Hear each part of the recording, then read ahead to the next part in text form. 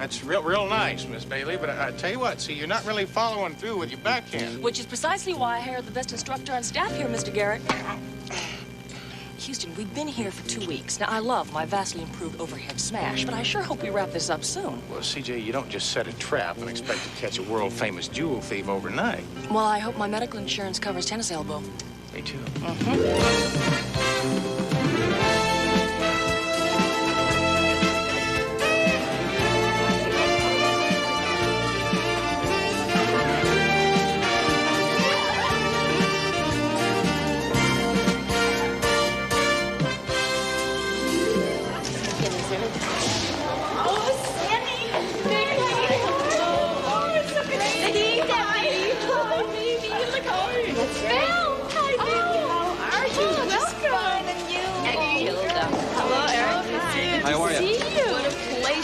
Well, thank you. We're very proud of it. Southern California Club #1, home base for our expanding hotel operations and the magazine.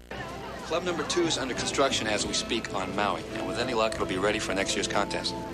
Maui. I don't know about you girls, but I'm definitely entering next year's contest, too. So am I.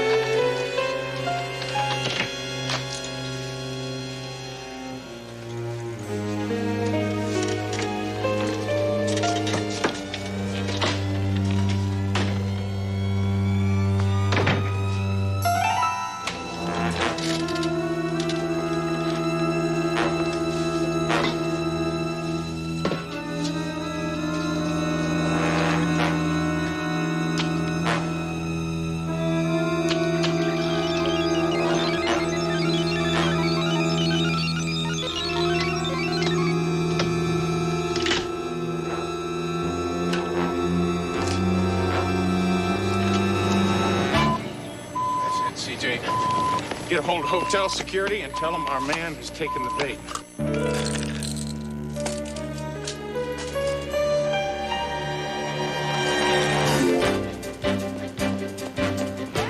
This is all so very exciting, and you beautiful women so perfectly typify what we here at Southern California Club are working so hard to do. Hold it, Armand. I said hold it, Armand. Sorry, stay down.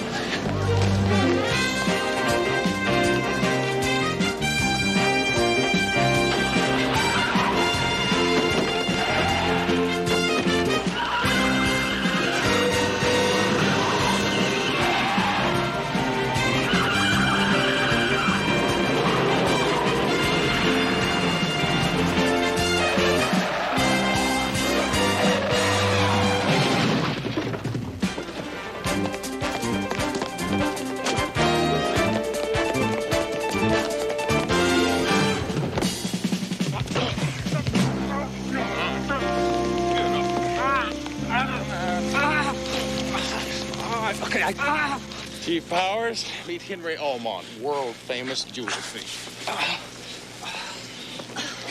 Presenting the Chapman collection. By the way, Lieutenant Hoyt and the city police are on their way here now. Good. Take him to the office and hold him until the police get here. Nice job, Houston. But I still say Nikki is wasting her money having you here. I could have caught Amont if I'd had the chance. Oh, there's no doubt about it. Tell me something. How did you know Amont would strike today? Oh, it's very simple. CJ's going on vacation. What? A vacation to Acapulco. If Amon had stolen those jewels, it would have blown my airline reservation. That's very disappointing. Very. Yeah, that's why we had to figure out a way to speed him up.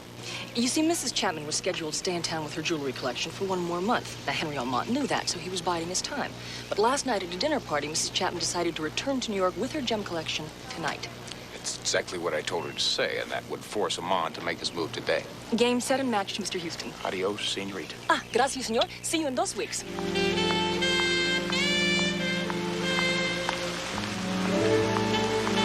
Excuse me, miss.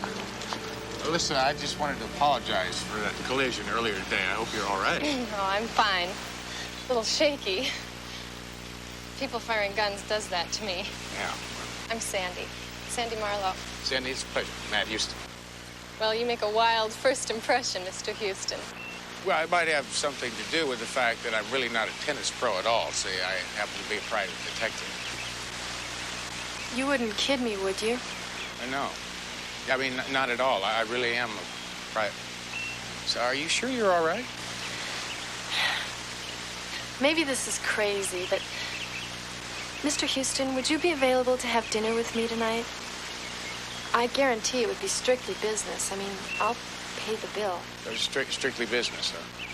Yeah, sort of. Sort of. Well, you know, I tell you, I just came off of a long case, and I've got quite a bit. I should have known better than to Well, ask. now, hold on, Sandy. Listen,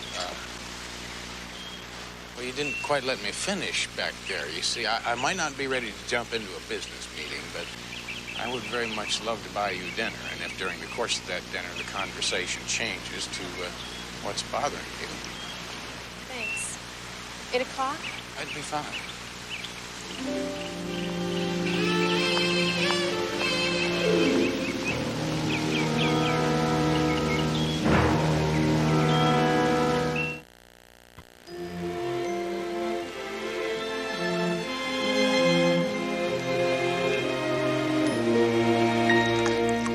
Thank you. Now, you were talking about the girl in New York. Janice. She's the one that first started talking about this maniac thing. Now, Janice, was she also a centerfold? Was. That's just it. Janice was Miss January, but she dropped out of the contest. Go on. Well, we just finished a 10-city promo tour plugging the contest when this maniac thing supposedly happened in New York, in the hotel we were staying at. Sandy, you've used words like supposedly and claim. Now, does that mean you really didn't believe Janice? Yes and no. Janice has a far-out imagination, and sometimes she'd take things like acid and PCP. I don't know. I don't know if somebody really attacked her or not. Now, you believe her enough to be scared, don't you? Well, wouldn't you be? I mean, I'm not the only one. I've talked to some of the other girls, and they're willing to come in with me. You know, to come up with enough money to hire you. To find the so-called maniac, and if there is one, catch him. Yeah, I guess.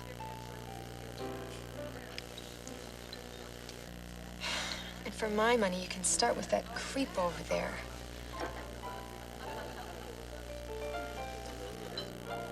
He's turned up in almost every city on this tour. Does this creep have a name? Dumbreel, I think. He claims to be a reporter. Excuse me. Mr. Dumbrell? No, wait, no. Mr. Dumbrell.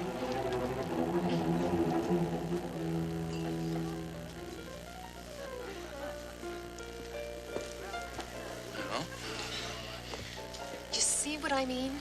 It's weird. It seems like no matter what city we're in, I can look up and I'll see his face in the crowd.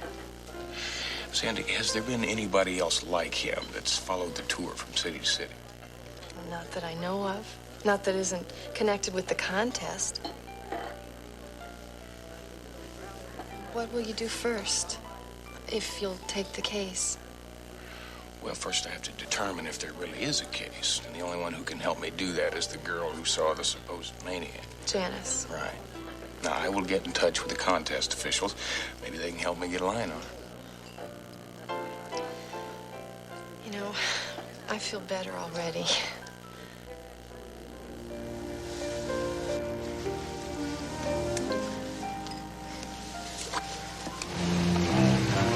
CJ, thanks for coming back. I'm sorry about your Acapulco vacation. Could you hang on for a second?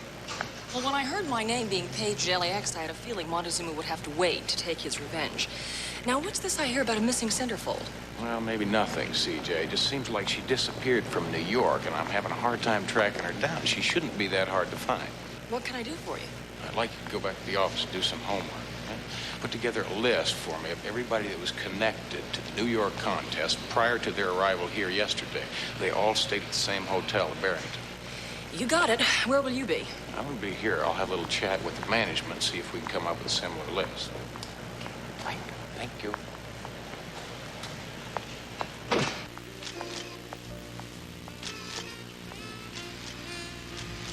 Thank you. To my husband, may his new Broadway show rise to the heights and remain there forever. Dina, you have to start with the booze so early. It's much less harmful than that stuff you put up your nose. Besides, who's paying all the bills? Did Variety print your story? Oh, yeah. Yeah, they printed it. They buried it on page 19. Orson, it has been quite a while since your big hit play. Perhaps they thought it was just another of your publicity stunts. Why? Because I cast a Centerfold in the lead? Question is, can your star of tomorrow even win this Centerfold contest? She has to. Well, I mean, Gilda's a natural. She has something very special. She could be another Hepburn, Bergman. She's got it all.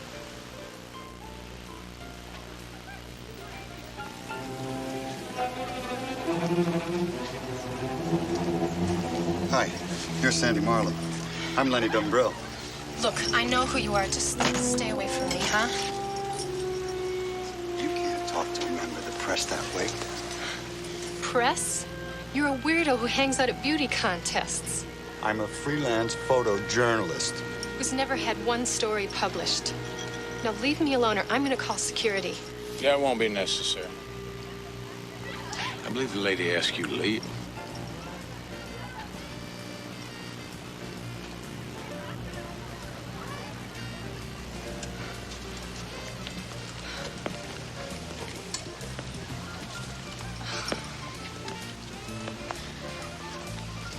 Thank you. Man certainly knows how to make an exit, doesn't he? Now listen, I've got quite a few friends on the police force, and they're all trying to find out exactly who he is, so don't worry about it. Did you find Janice? Not yet. She left New York 2 days ago, but so far she hasn't showed up at home. But just don't worry about it. We're going to find her. I really feel safe when you're around. Okay, now, honey, that's it. Here, Sandy, baby, you're up. I gotta go. Let's see, you have time for a drink, lady? Meet me in the bar in an hour.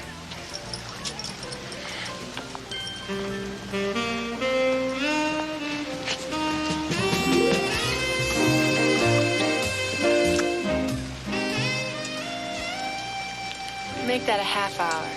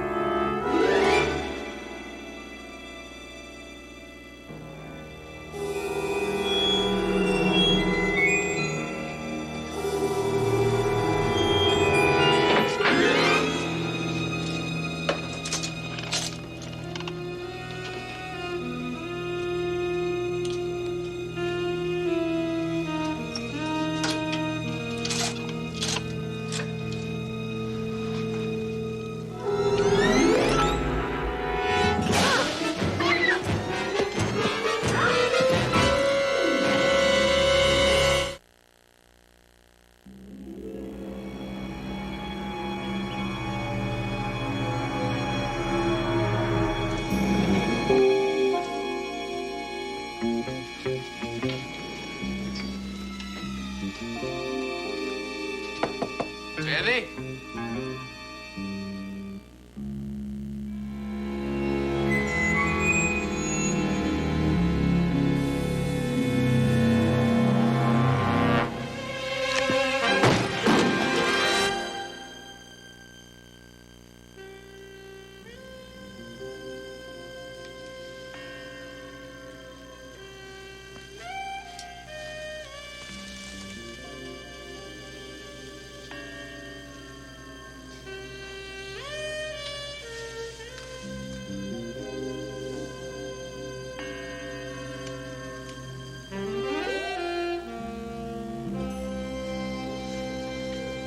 All I can say is this wasn't my fault.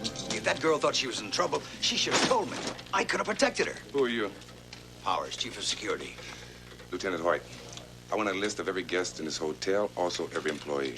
Well, I don't know. That could take a lot of time. I'm a busy man. I mean, that could take a couple of hours. No, it won't take a couple of hours. I don't have a couple of hours. That dead girl doesn't have a couple of hours. I want that list fast. 20 minutes tops.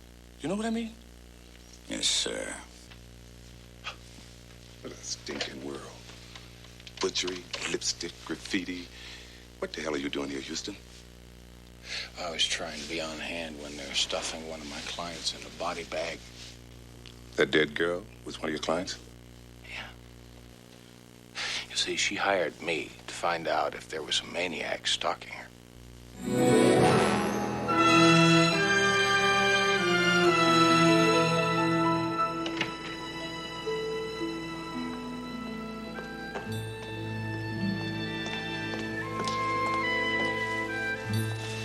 Houston, are you all right?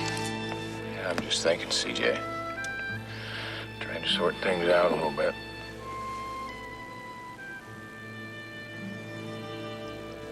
It wasn't your fault. You trusted me, CJ. And you did everything you could. Did I? She was scared, now she's dead.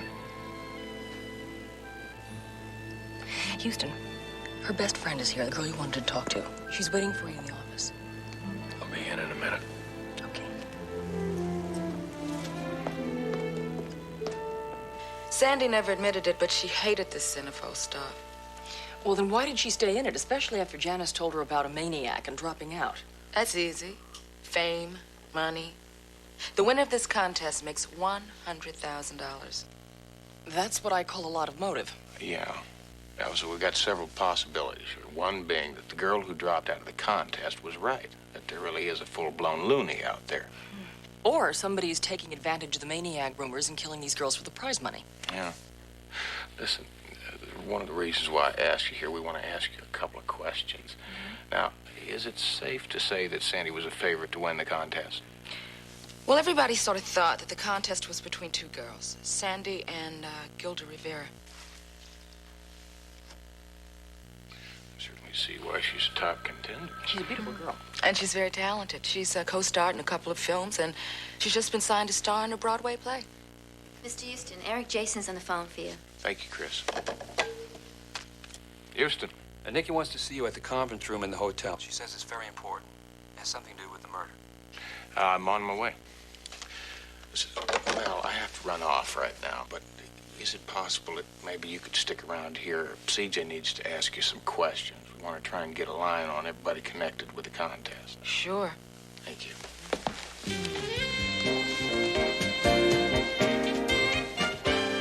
You know, Houston, you and I are an awful lot alike. Shakers and movers. Pulled ourselves up by the proverbial bootstraps. Became conglomerates. There's one thing I don't understand, though. Why did you give up your empire to become a detective? Well, I guess my priorities changed. I suddenly realized making money was not the end all. I'm beginning to wonder if it isn't time for my priorities to change. This Centerfold contest, the international telecast, my fast budding chain of hotels, they all seem so terribly important to me. Before I got this telex, it's addressed to you. Apparently you've been making inquiries, but my hotel manager thought I should see it first. It concerns Janice Fields, the Centerfold who claimed that a maniac was out to kill all 12 of the girls and withdrew from the contest. She's dead. She never even made it out of New York. A janitor found her body in the hotel basement. She'd been dead for 2 days. She was stabbed to death. With a knife, the same way Sandy was.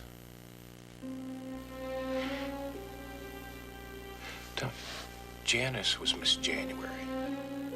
Sandy was Miss February. That means the killer is working chronologically. Now, who is Miss March? Oh, Miss March, Gilda Rivera. What room is she in? Oh, I don't know. I can't think. Well, you've got to think. We don't have time. 602. 602.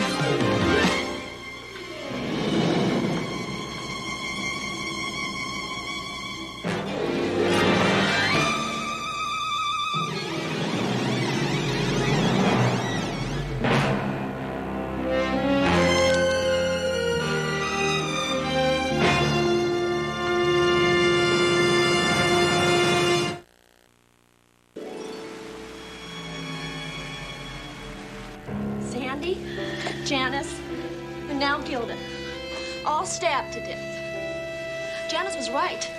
She said he threatened to kill all 12 of us. Well, the score's 3 down and 9 to go. Debbie, for God's sakes, will you shut up? I don't want to shut up. I want out of this contest now and alive. And you'll all go with me unless you want to stay here and die. I'm with Debbie. This has gone Ladies, far. please, just listen to me for a minute.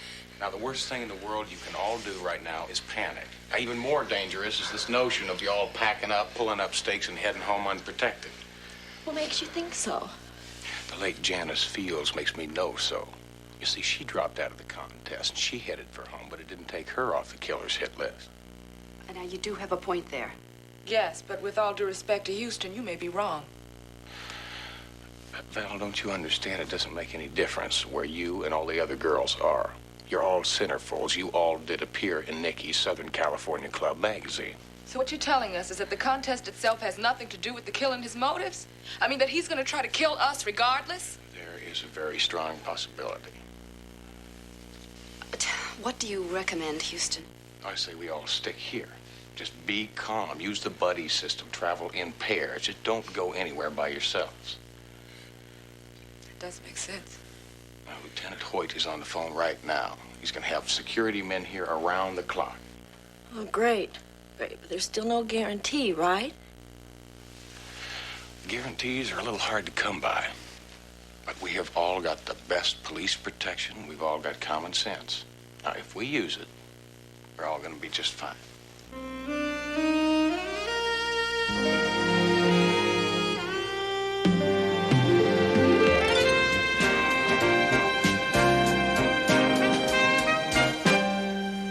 Ready when you are, CJ. Oh, I was ready about 20 minutes ago and it was still only 5 o'clock in the morning. Now, I punched in the key players who were in New York when Janice was killed. Starting with Nikki Sheffield. She began as an actress, apparently a very good one. Then she became a one-woman conglomerate when she started the Southern California Club. Not to mention her Southern California Girly magazine. She also managed to get herself in hock to the IRS for $3 million. Now, I checked that out, and her empire is in jeopardy. But she can get out of hock if she has a blockbuster rating on the Centerfold telecast. You mean pay TV? Nikki will receive a fixed sum of money for every household that tunes in, and the telecast will be worldwide. CJ, that's a pretty cold-blooded thought. I mean, to kill 3 centerfolds just to increase your audience, you know, publicity reasons, hype. Well, here's Eric Jason, photographer. It's also Nicky Sheffield's right arm. From what I have seen and heard, if Nicky ever got in trouble, he could probably... Kill for her. Right. Who's next? Orson and Dina Lowe. He's the Broadway producer, and she's the bottled and bond spouse. Now, he's the man who wanted to take Gilda Rivera, the last victim, and make her into a Broadway star. Well, CJ, it sounds to me, I mean, losing his star and all makes him more of a victim than it does suspect. Maybe. Last but not least, Lenny Dumbriel. He's the self-proclaimed freelance reporter who's actually a beauty contest groupie. Sounds like an expensive hobby. How's he do it? Once a month, his parents send him a 4-figure check to stay out of their lives. Greater love hath no parent, huh? He's very, very bright, high IQ, and a social misfit. A good word for him would probably be weirdo. What else does our friend do besides be a professional girl watcher? Well, now, don't get mad, Houston, but I saved the best for last. This is the dessert. Came in about a half hour ago. Dumbriel, besides being a weightlifter and indulging in a smattering of satanic worship, is also a Charlie Manson groupie. CJ, you know this for a fact? Watch this. Look like someone you know? Well, it could be Dumbriel. How can you be so skeptical? Look at this.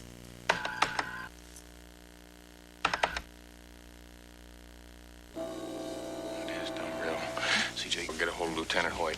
Well, don't go so fast. That was just a teaser. Houston, be careful. He was in a mental institution.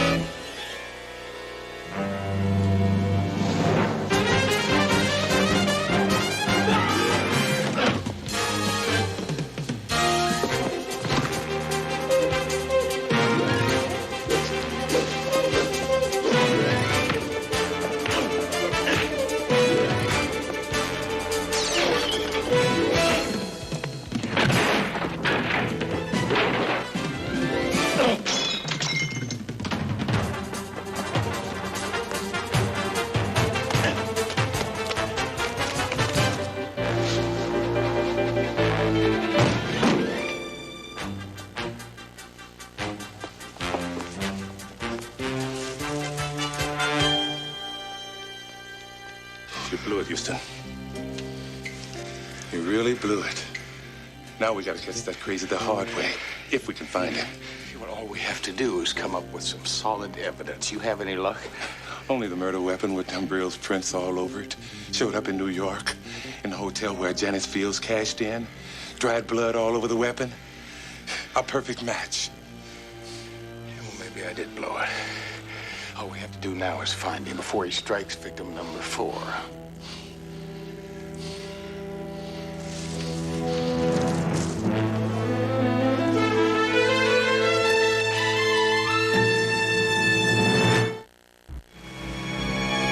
All right. Sealed off off the resort perimeter, that means our suspect is all boxed in. Harrison, I want you to take your men and begin a sweep of the grounds. Move it out. No civilians, Houston. Get on back to your hotel room. No, wait, I'm going with you. There's not a thing you can do to stop me. You see, I'm good, I am trained, and I am partly responsible for that murderer still being out there. More important, I do not want to live the rest of my life with murder number 4 on my conscience. Now, you just sent all your men off. You go out now, you go out alone, no backup. The way I figure it, you need me. Well, I see we made it in time. In time for what? Manhunt. Lieutenant, me and my men are at your disposal. Powers, I want you and your men to go back where you came from and stay the hell out of this. But these are the cream of the crop. Looks more like a lynch mob to me. Well, from what I've seen, you guys need all the help you can get. Go home, Powers. This is strictly varsity action. I totally disagree. You know, you might have sold me that bill of goods earlier, Lieutenant, before 3 of my girls were brutally murdered. Nikki, I strongly recommend that everybody does exactly what Lieutenant Hoyt tells them to. This guy's got to be caught, Houston. All right, now hear this. I don't have time to stand here and debate. But if anybody, repeat, anybody in this group in any way interferes with any officer in his course of duty, you're gonna find yourself behind bars.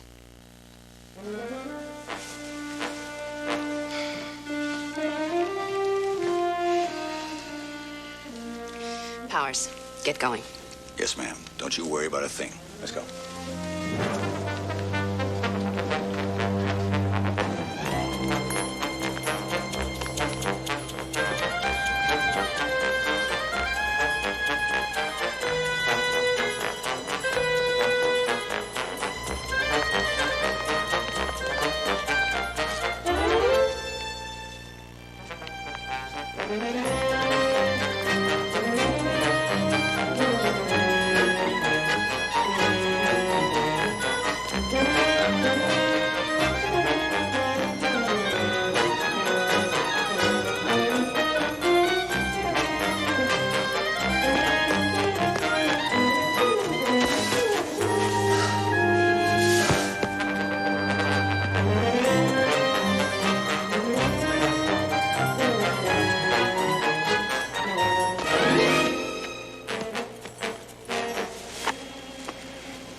Back me up, Houston. Well, I don't think we need to get that severe. Let's go.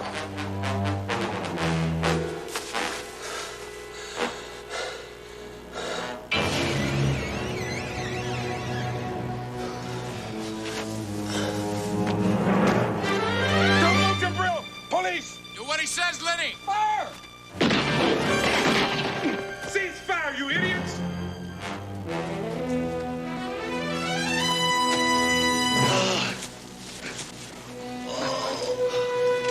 I believe he's gonna make it. No thanks to this lynch mob. Get him to the hospital right away. Disarm every one of them, read them their rights, and book them on attempted murder. Hold it, Lieutenant. Drumbill fired first. We only returned his fire. Damn it, Powers, he didn't even have a gun. Somebody fired that shot. Who cares? We got the killer. Do we? I want to talk to you. See you later, Houston.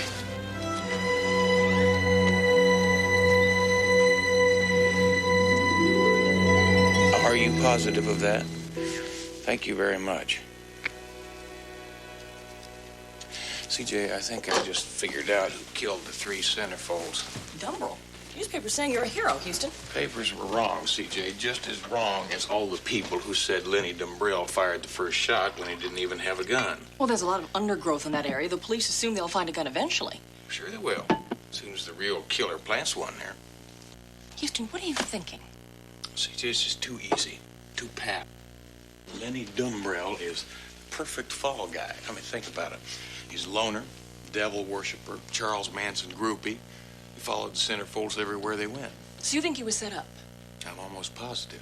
I mean, think about it. It would be easy enough to lift Lenny's fingerprints off of an object and place them on that knife. Just as easy, somebody could have placed that roll of undeveloped film, the film of Sandy's body, in his camera bag. Keep going, Houston. I think you're on a roll. CJ, the phone call I just took. Now, I've been doing some checking. some checking the killer wouldn't have expected us to do. I checked into the backgrounds of the 3 dead Centerfolds. And? Well, it turns out the last victim, Gilda Rivera, she had a background in half, including a very highly illegal way of making money, and it's called blackmail. It seems that she would lure Hollywood producers into compromising positions, then secretly take lurid photographs, then exchange those photographs for parts in their next movies. So she developed higher aspirations and decided to become a Broadway star. That's when she zeroed in on Lowe. She boxed him in. She threatened to ruin his marriage if he didn't star in his next production. But Lowe knew that she'd never make it to Broadway because she'd be far too dead. So Lowe killed Gilda to preserve his marriage. And his wife's $20 million. Then who killed Sandy and Janice? A man who wanted the world to believe that there was a maniac on the loose.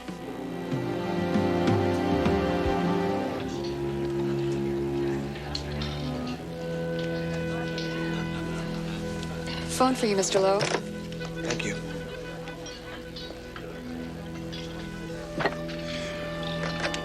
Yes, Orson Lowe. Yes, I'm a friend of Gilda's. Who's this? I'm the person who's in possession of the negatives featuring you and Gilda Rivera. Very interesting stuff, Mr. Lowe. I'm aware of the fact that those negatives are valuable. But because I have a little cash flow problem, I'll mark them down to $10,000 just for you. $10,000? I don't carry that kind of cash around with me. Well, that's why they invented banks, Mr. Lowe. 1 hour, all cash. Meet me at the tramway.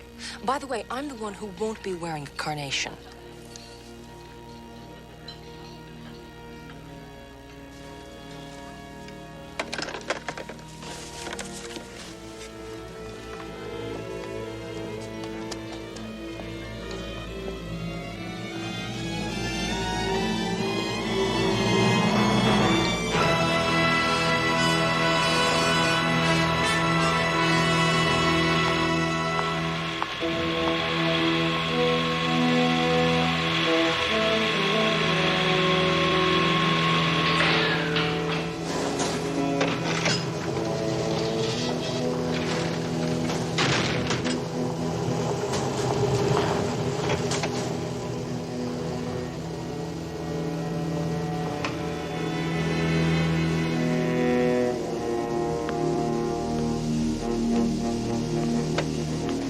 Thanks for being punctual.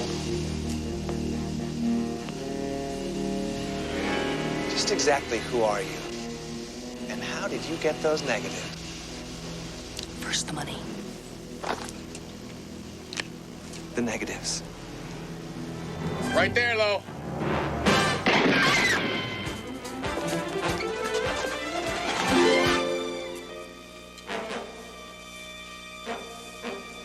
Houston!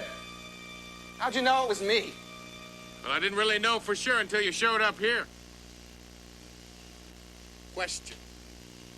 Why'd you kill 3 girls just to silence one blackmailer when you could have killed your wife and inherited $20 million? That has been my problem all along. I guess Dina knew if she ever put me in her will, it'd be like committing suicide. You mean to tell me you killed 3 girls just to protect your meal ticket? Yeah, I guess that was a little selfish, wasn't it? Sirens are coming here, Lowe. Would you throw down your gun, or are we gonna have to play hardball? All right. I said I was selfish, not crazy.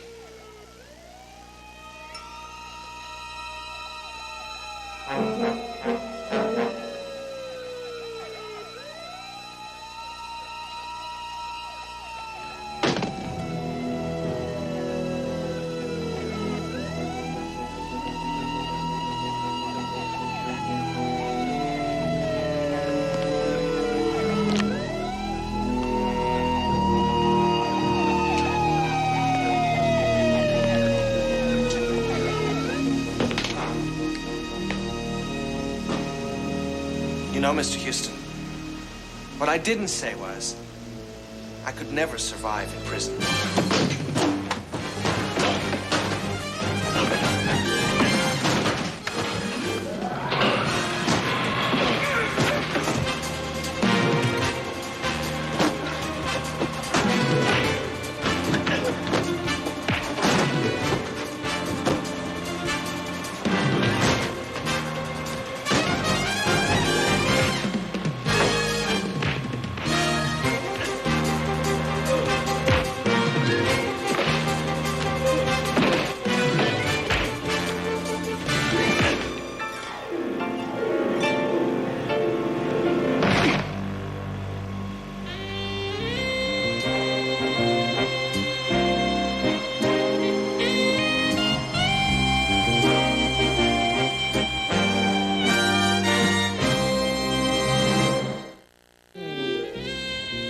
Houston, come on! My plane leaves in 20 minutes. Be there in a minute, CJ. Acapulco, sun, margaritas, bachelors, good stuff. And nobody deserves a 2-week vacation more than you do, CJ, so let's hit the smoggy blue for LAX. Okay. Don't do it, Houston. No.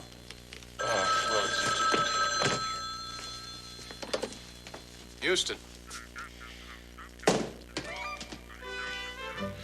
Yeah.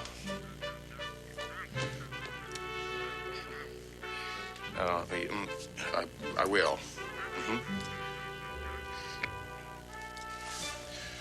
CJ, that's some good news and some bad news. Don't tell me, Houston. Well, now, wait. The good news is that you still get your 2 weeks of fun in the sun.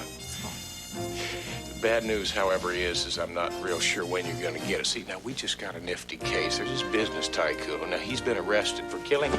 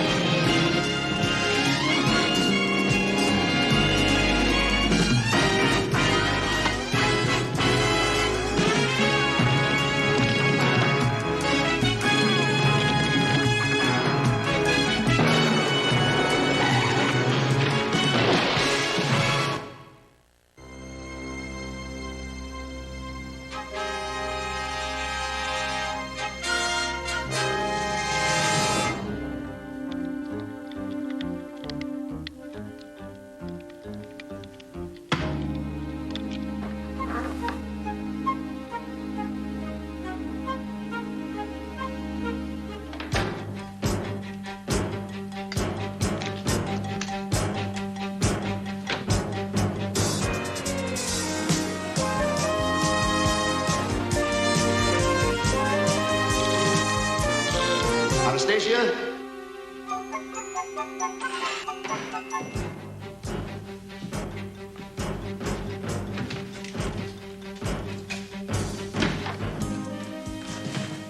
What are you doing in here? Oh, I'm sorry, darling. I just wanted a little peace and quiet, and the door was open. It was? It's not supposed to be. We're ready to leave. You are going to the cocktail party, aren't you? Of course. We'll go out over the ocean and drop a little shark bait en route. Wonderful.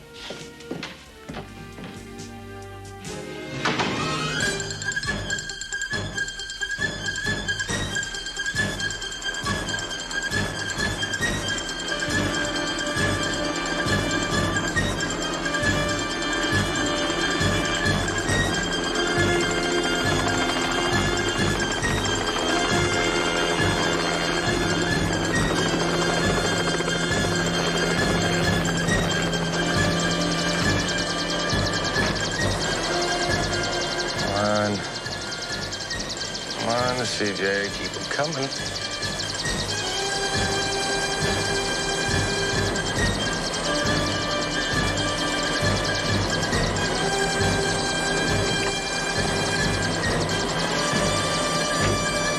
Hey, you're not... Surprise!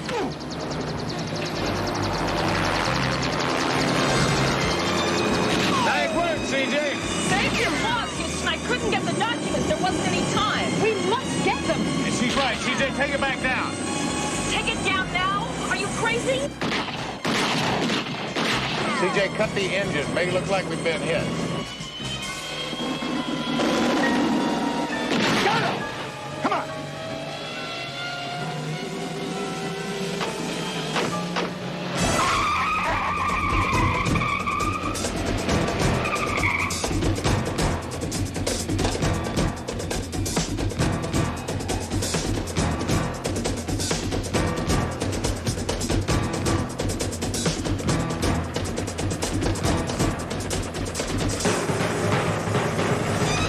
combination? 7 left, 14 right, 6 left, 8 right. They're coming back.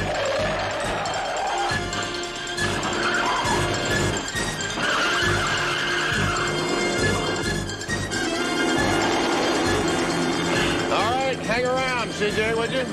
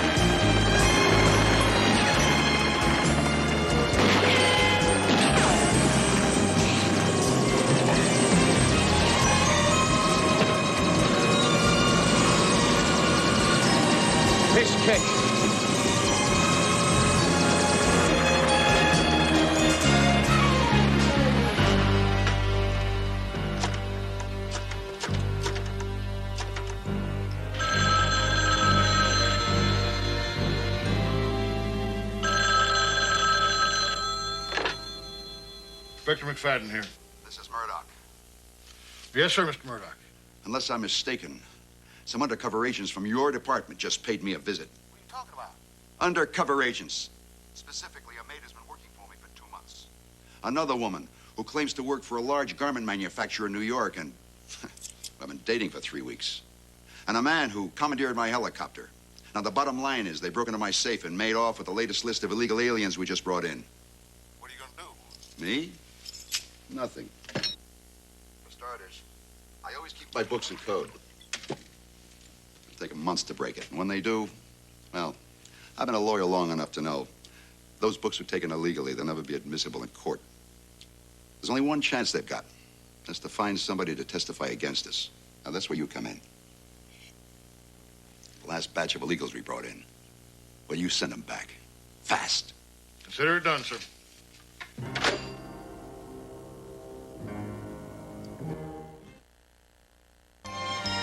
Houston, I'm gonna fire up baby and change something comfortable first. Later on getting comfort from CJ here. We've got to break Murdoch's code before he can have his man back to Mexico. I figure we've got about 2 hours to find those illegals. All we have to do is find the one rotten apple in the barrel. Yeah, the barrel being the Immigration and Naturalization Services. We at INS have had no luck finding this rotten apple. That's why we hired you. But you're sure Murdoch is running illegal aliens between here and Chicago? Definitely. We just can't prove it. Nor can we determine which INS official's on Murdoch's payroll. I think we've already run out of time. CJ, did you come up with anything on the records? No rotten apple names, Houston, but baby has decoded a list of Mexican names with companies next to them. The illegals and where they were brought to work in order to pay off their passage from Mexico to Los Angeles. Well, now, those are the people we need to get testimonies from about being smuggled in. The same people that Murdoch is going to try and ship out before we can get to them. So I think I've got something here. It could be the last location. It's a place named Brady's. I know it. It's in the garment district. Let's go.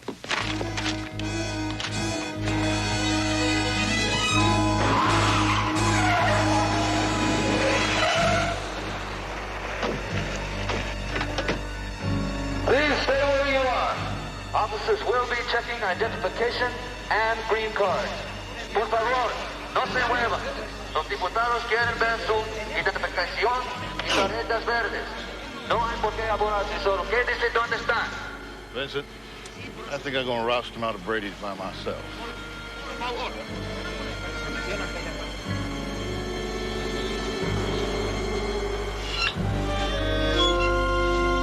Buenos dias, ladies. Time to pay the piper. Everybody outside for a little green card inspection. Pronto! Oh, no! Not again! It's your lucky day, Brady. Some of these fortunate ladies are going to win an all-expense-paid trip back to Mexico. Come on, how do you expect me to turn a profit? You keep coming in here cleaning me out. Think of it as incentive. If you'd hire some people from the good old U.S. of A., we'd probably leave you alone. You kidding? I'd have to pay union wages that'd bankrupt me in a week. Hey, Sarah. Whoa, wait a minute. What do we got here? What's your name, little senorita? Look, Corey, I got 2 weeks' worth of back orders on the machines. Just give me a couple of lousy days, huh? No can do, Brady. But what are you doing, Corey? I think this little senorita's got a concealed weapon. I'm going to have to search her.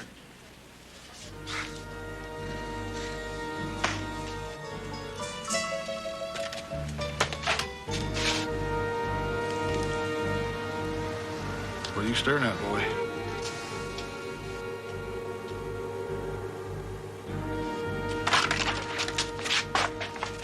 What are you going to tell, boy, your mama? Huh? Inspector McFadden! God, what did you do? She's illegal. So's this one. They tried to jump me out here. Can you believe that? Hardly more than kids. There was a third one, but he got away. He had a knife. But I got these two. Corey. The poor girl. Oh, boy, you want to keep your job? You gotta learn how to play ball with the man that signs your efficiency reports. Mainly me. Now you get her out of here. Not 1, 2. Yes, sir.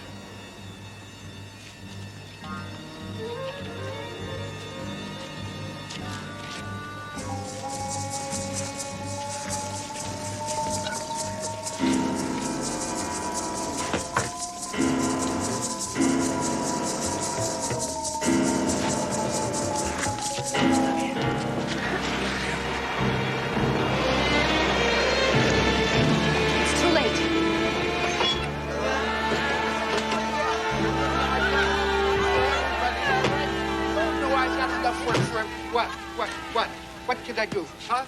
INS. Oh, wow. Siéntese, por favor. Siéntese. Oh, boy.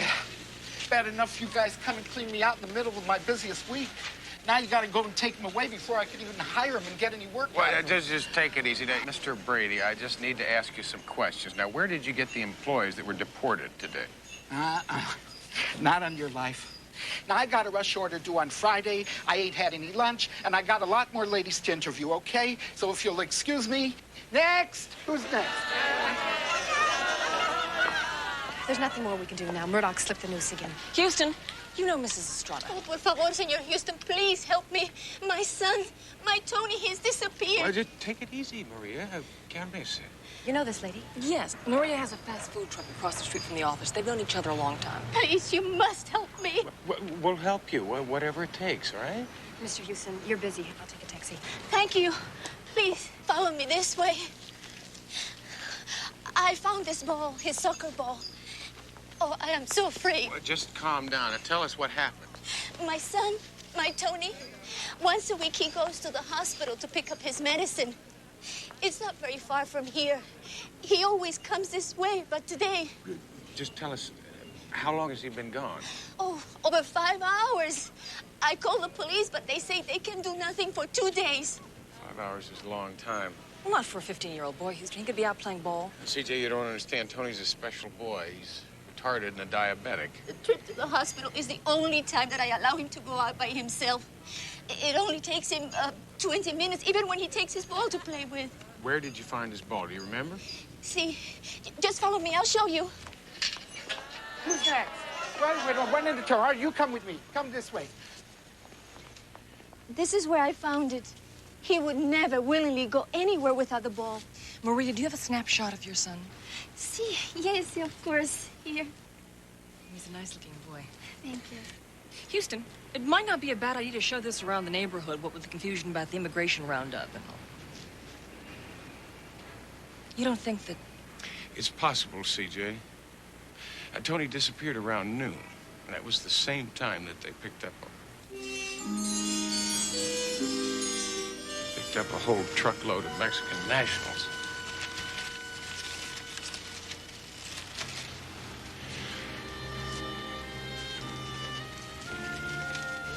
Is this what Tony went to the hospital to pick up? See. Oh, my God. What is it? Tony's insulin, CJ. Oh, I prayed he would still have it. He needs a shot every day. Without his shots... Yes, I know. He'll go into insulin shock. I mean, we've got about 48 hours to find him. Or he'll die. Just don't worry. We're going to find him, Mom.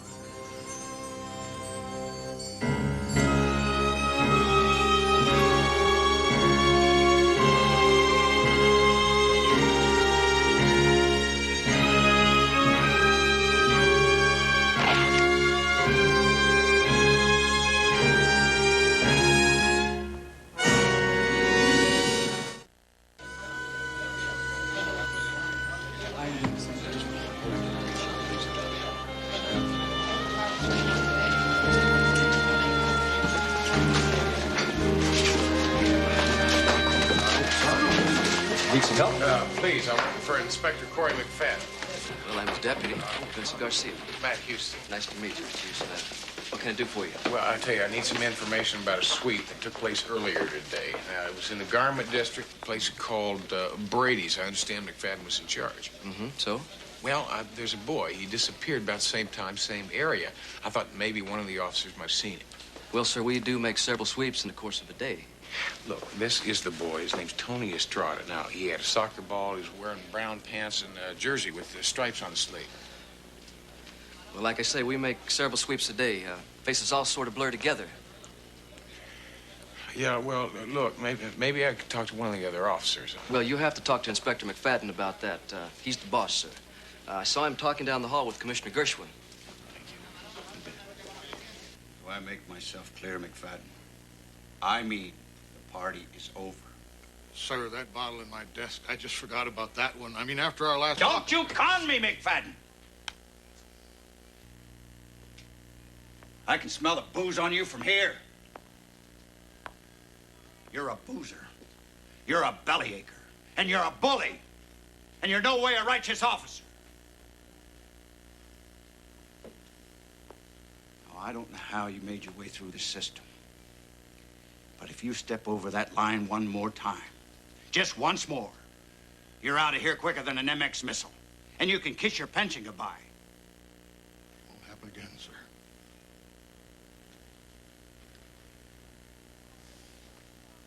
I hear just one more rumor that you're out of line. And you're gone. Now, don't you have work to do, mister?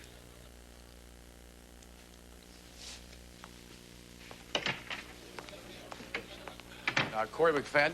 Who wants to know? My name's Matt Houston. I'm a private investigator. I'd like to talk to you for a minute. Shoot. Okay, look, I'm looking for a lost boy. I understand you made a sweep earlier today in the Garment District.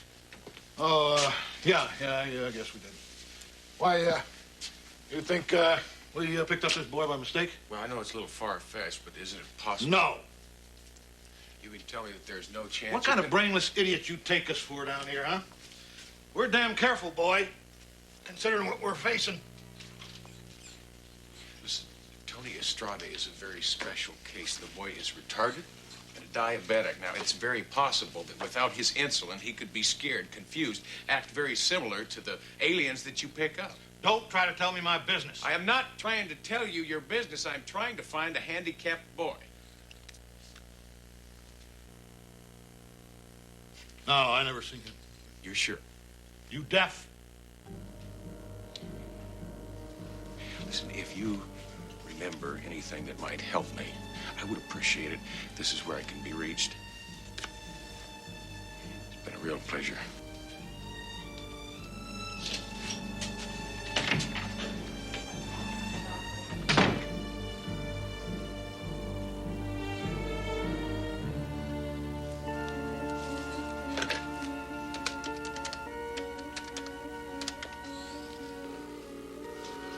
This is Inspector Corey McFadden in L.A.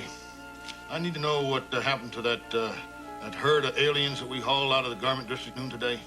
Now? Yes, right now. They'll be shipped out on a bus tonight at 10 o'clock. Next.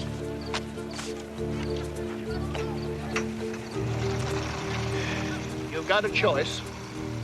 You can stay here and prove you're not an illegal alien, or get on that bus and go home to Mexico. If you decide to stay and you can't afford an attorney,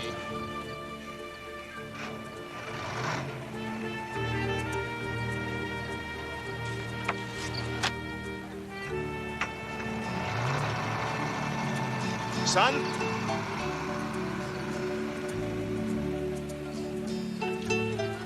you speak English? Soccer. Soccer. Sure. You play soccer back home? You'll take the bus.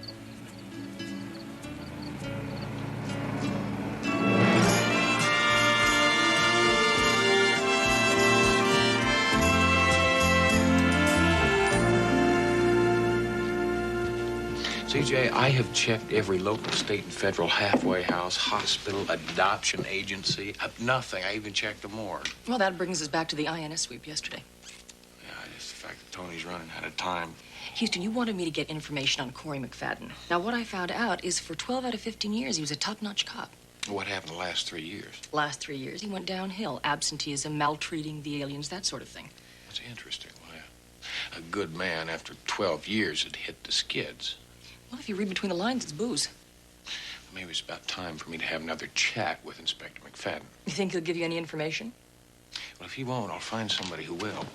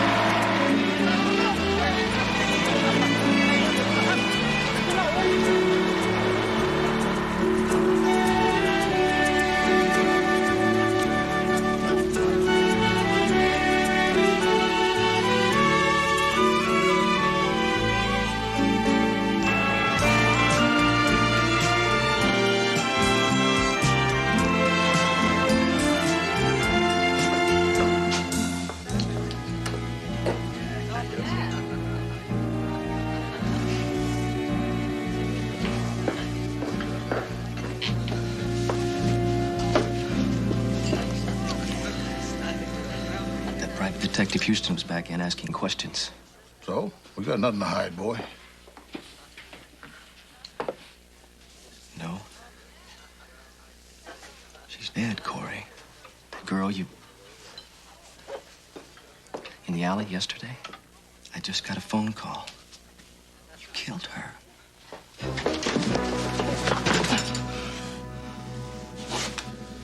All right. So she's dead.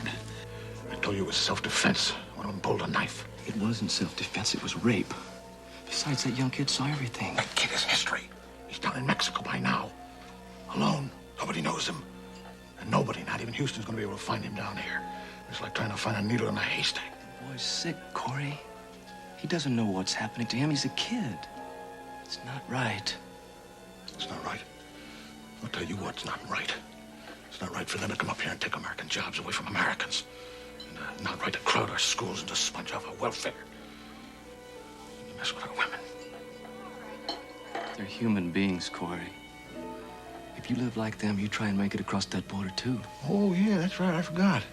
You're one of them, ain't you, Deputy Garcia? That's right, Corey. And proud of it. My family was here long before the McFaddens ever left a potato patch in Ireland. Excuse me. Don't do anything stupid, boy. You hear me, Garcia?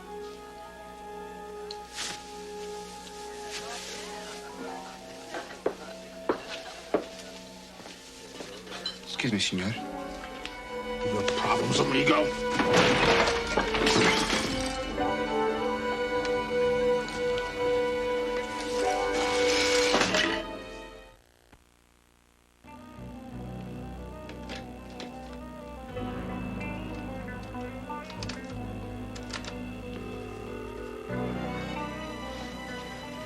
Matt Houston, please. Mr. Houston, this is Deputy Garcia, INS. I've been thinking and... well, I've got something you'd like to see. I'm on my way. No, not now. My office tonight, 11 o'clock. Okay.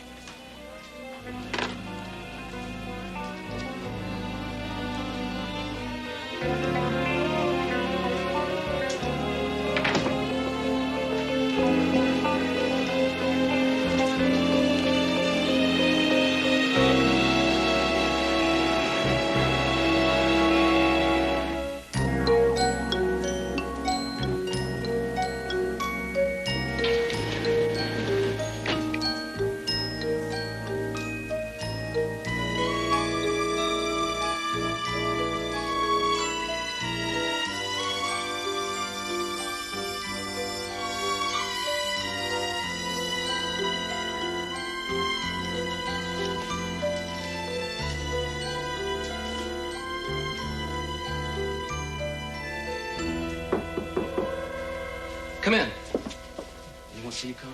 No. I should have talked to you before. Look, I just got out of the academy.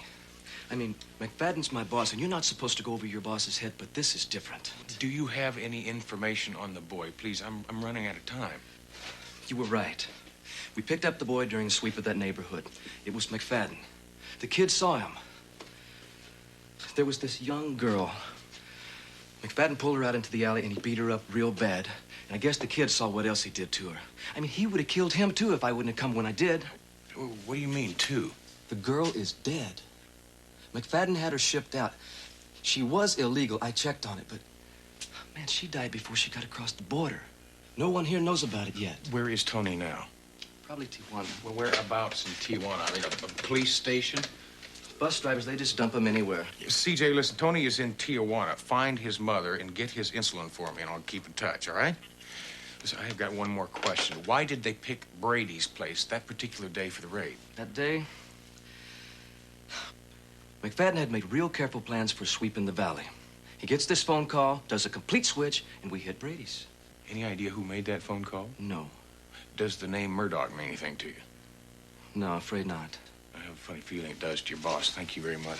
Yeah, you're welcome.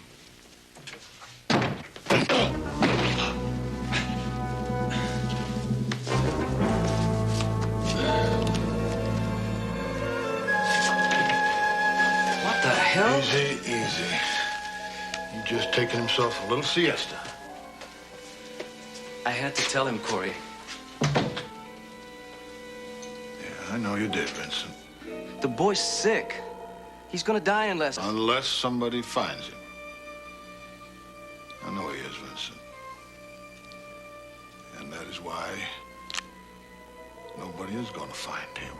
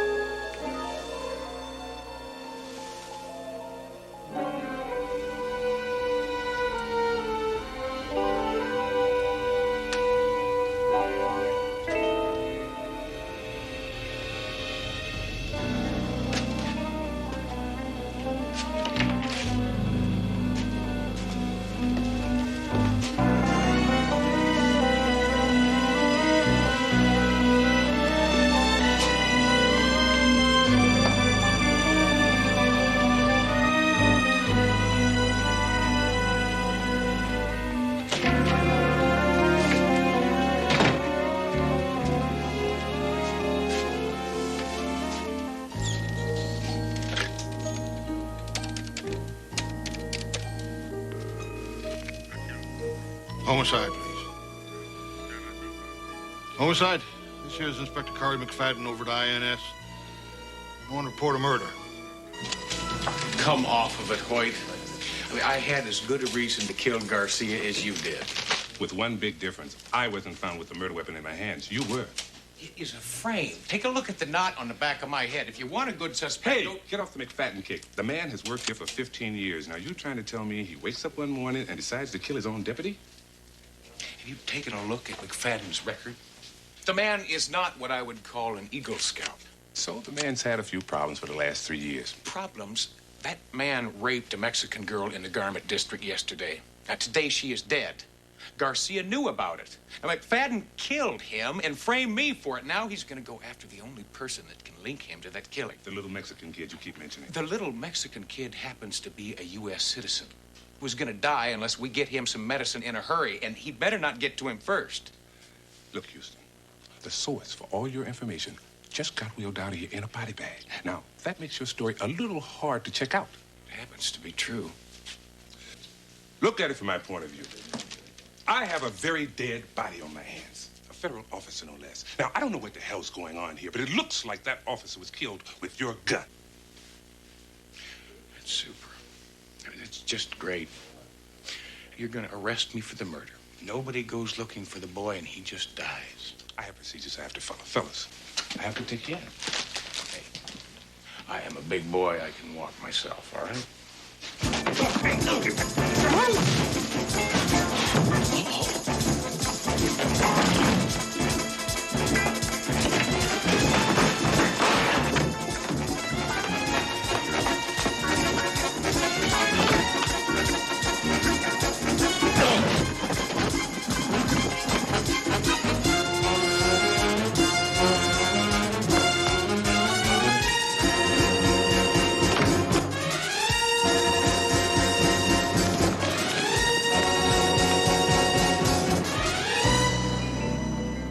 How the hell could Houston get out?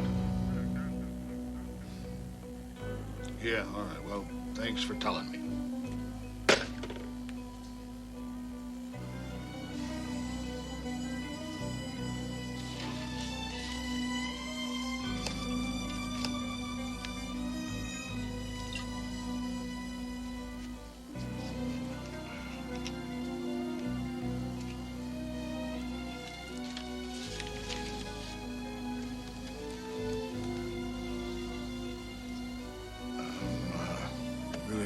Up about Vincent's murder, Commissioner. And honest to God, Henry, sir, all this murder business just got me turned around. I think I need some time off. I'm just too stunned to work.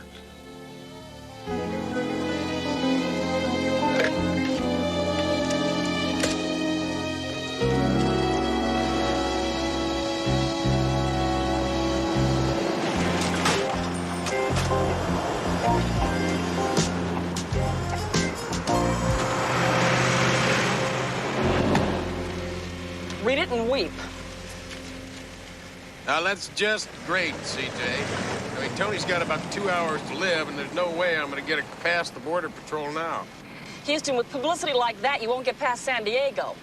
Well, CJ, you've got to stop practicing the power of negative thinking. Head for the airport. Which one, San Diego or LAX? Neither. Willie Conklin's. Crazy Willie Conklin? You've got to be kidding. No, CJ, I am desperate.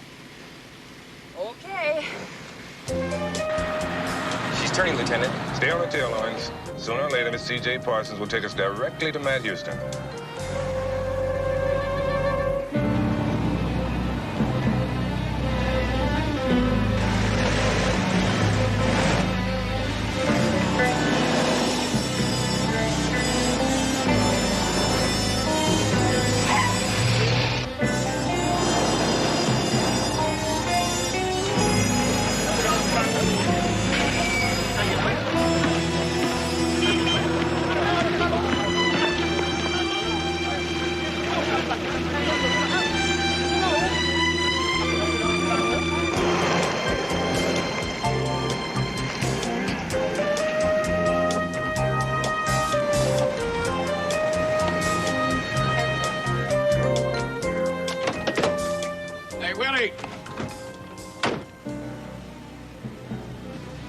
Houston's been with her all along.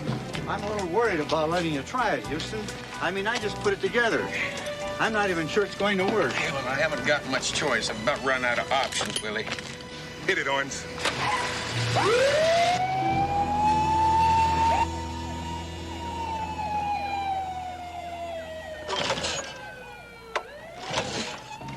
It's dead. Yeah, and so is a 15-year-old boy if we don't get it going. Now, come on, Willie, help me out.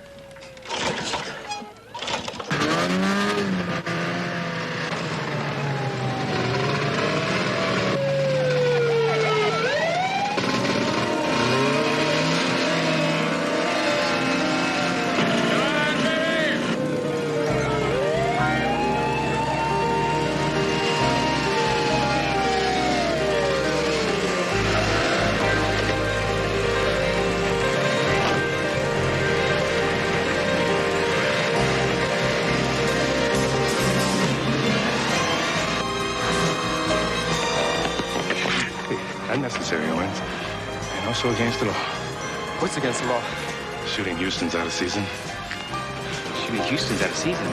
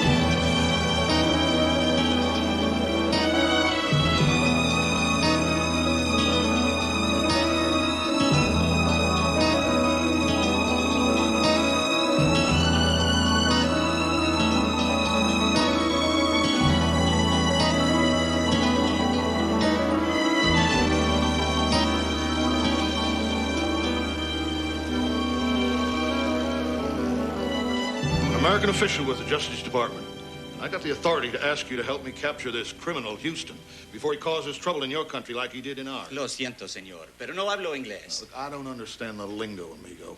If you ain't literate enough to speak English... Por favor, espérate. Well, maybe you ought to get somebody here who can speak it.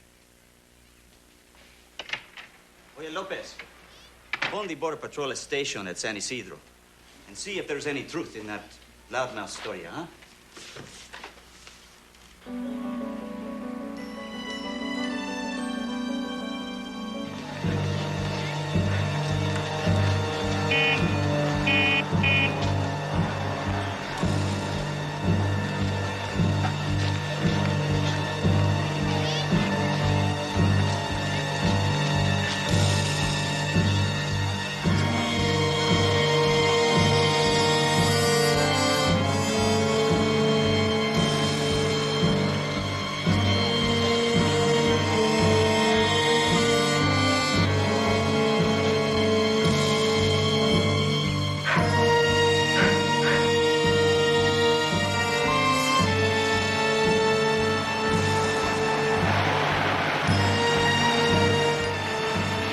You are looking for. I might be able to help. Listen, any help you could give me would be greatly appreciated.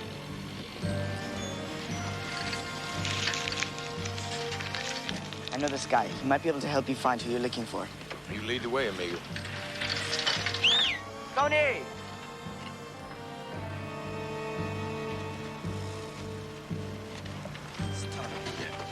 Thank you. Now, listen, do you speak English? Oh, I speak English very good, senor. You know, listen, have you seen this boy? He was deported by our immigration services. Sorry, not lucky. I've seen this one. But he could be around. He from Los Angeles? Oh, yeah, he's a U.S. citizen. He doesn't know his way around here. That's not good, senor. I mean, muchacho, he could be anywhere. Listen, I've talked to everybody I can, and I can't seem to get a line on him. If there's any way you could help me, I'd greatly appreciate it.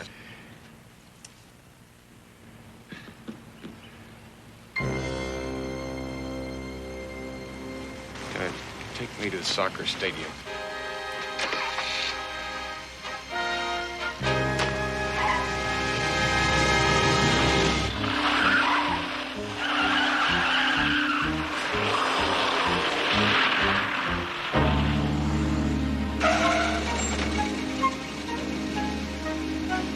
Wait here for me, all right?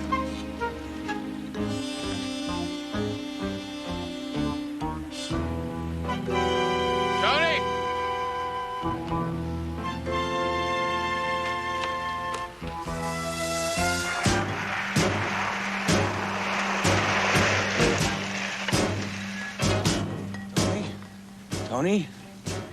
How you holding up, buddy? Okay,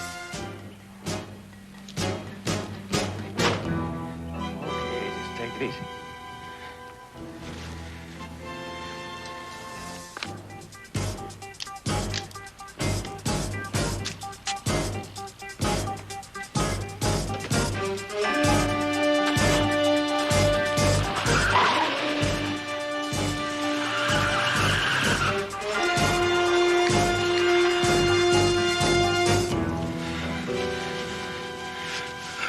Buddy, you'll be just fine now.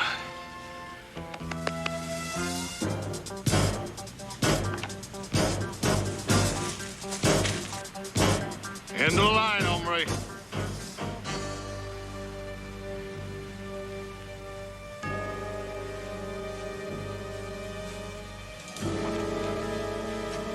How are you gonna explain this one away, McFadden, huh? It's Mexico. Don't make no difference, though. You're the fugitive from the law, and I'm the law. What about the boy? Get caught in the crossfire. Very sad. Tragic, in fact.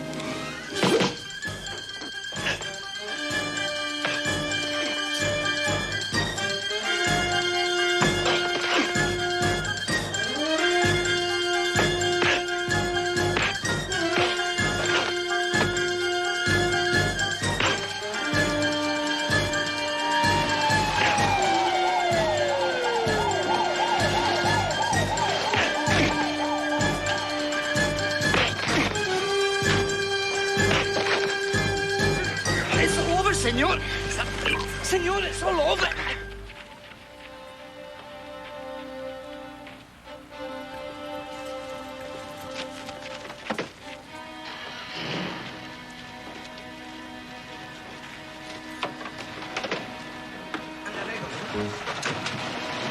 My ball!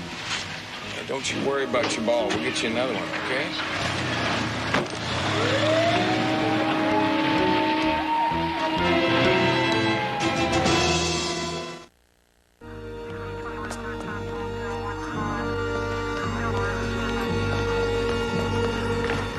Thanks to you, Mr. Houston. Murdoch's days of running illegals over the border are over.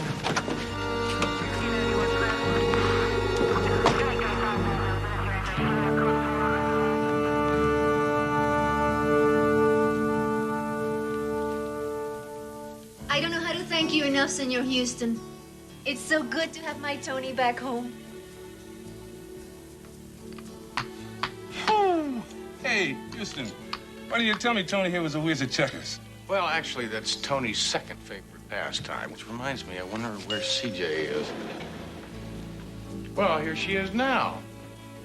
Tony, I promised you a soccer ball, and I figured you could use a couple extras. Here you go.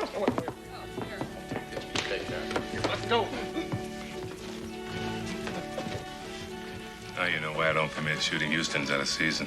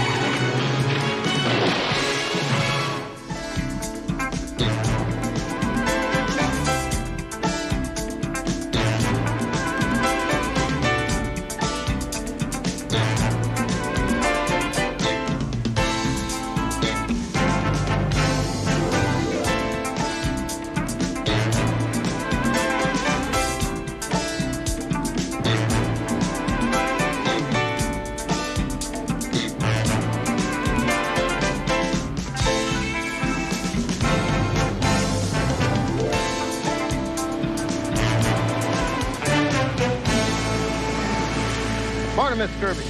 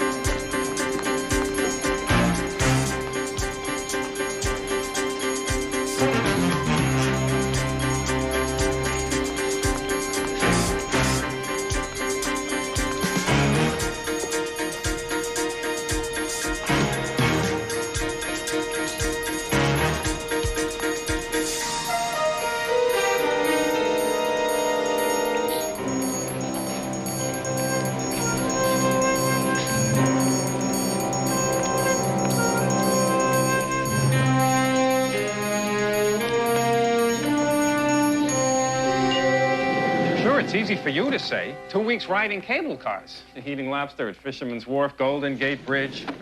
Murray, do you remember the song I Left My Heart in San Francisco? Well, I was too busy giving depositions. Well, all I know, it was a lot easier when Houston was running things. He won't even let me discuss business with him on this floor. Murray, what is this? It's what it looks like. It's a poker game. It's been going on 3 days now that I know of.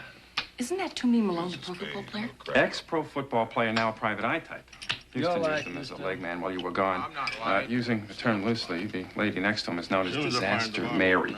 Won't matter if you do find it. We ran out of beer last night. Are you saying this isn't last night anymore? No beer?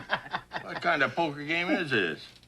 Come on, Slam. Have I ever let you down before? I mean, the beer's on its way. 2 cases and the usual nachos and pickled pig's feet.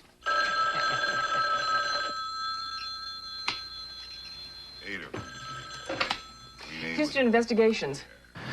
Please, it's Jim Kirby. It's an emergency. I've got to talk to Houston right away. They're gonna kill me. Houston. Hello, CJ. Houston, Jim Kirby is on the line. I think you better take this one. Right. I fold.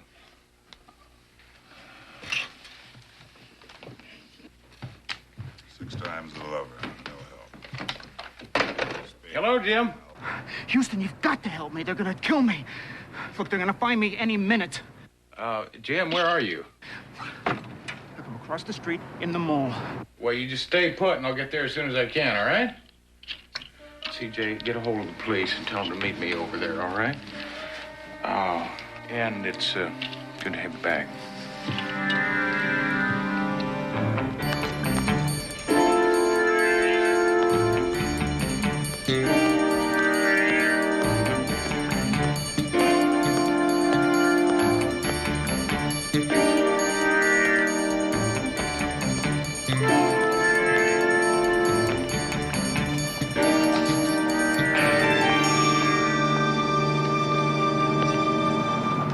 Houston. Jim, what's this all about? That's the crazy part. It's all so crazy. What are you talking? What's crazy? Marilyn, and I love her, and she loves me.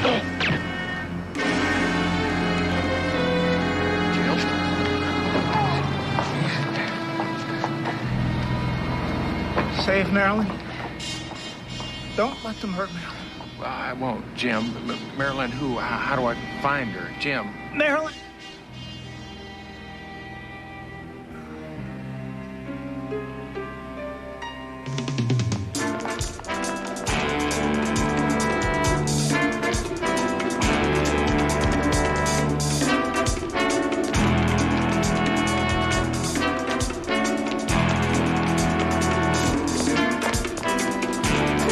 Listen, kid, you can't take a car with my ticket, Einstein.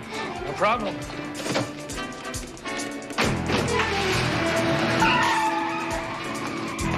Buddy, I'm gonna have to take this car. Hey, no problem.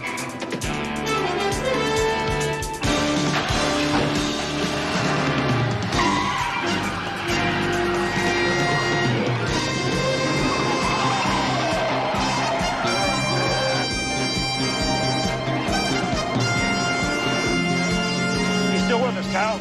Come on, punch this thing.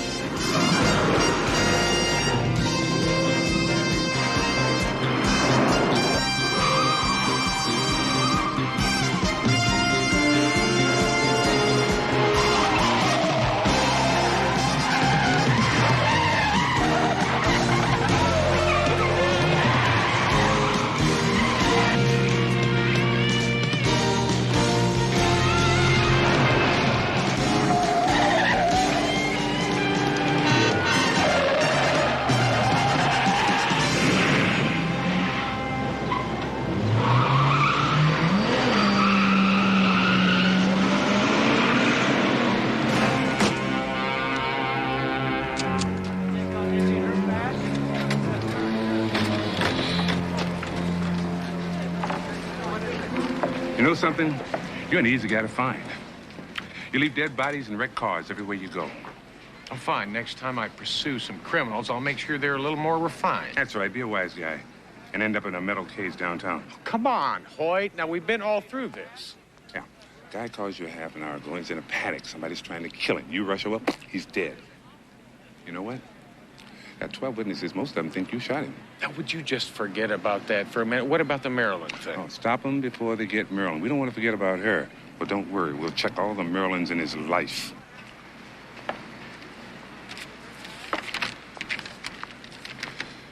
You know Pascual Martinez? Yeah. He's the parking lot manager for my building. He's on his way to the hospital. He was thrown in front of a car. They don't expect him to live. You private cops are like lightning rods. You draw trouble.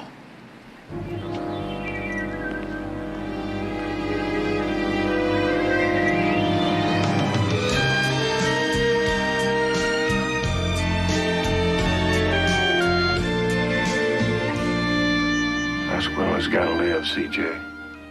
The man has got 6 kids. One of them's not even a year old. Houston, the doctor's doing everything they can.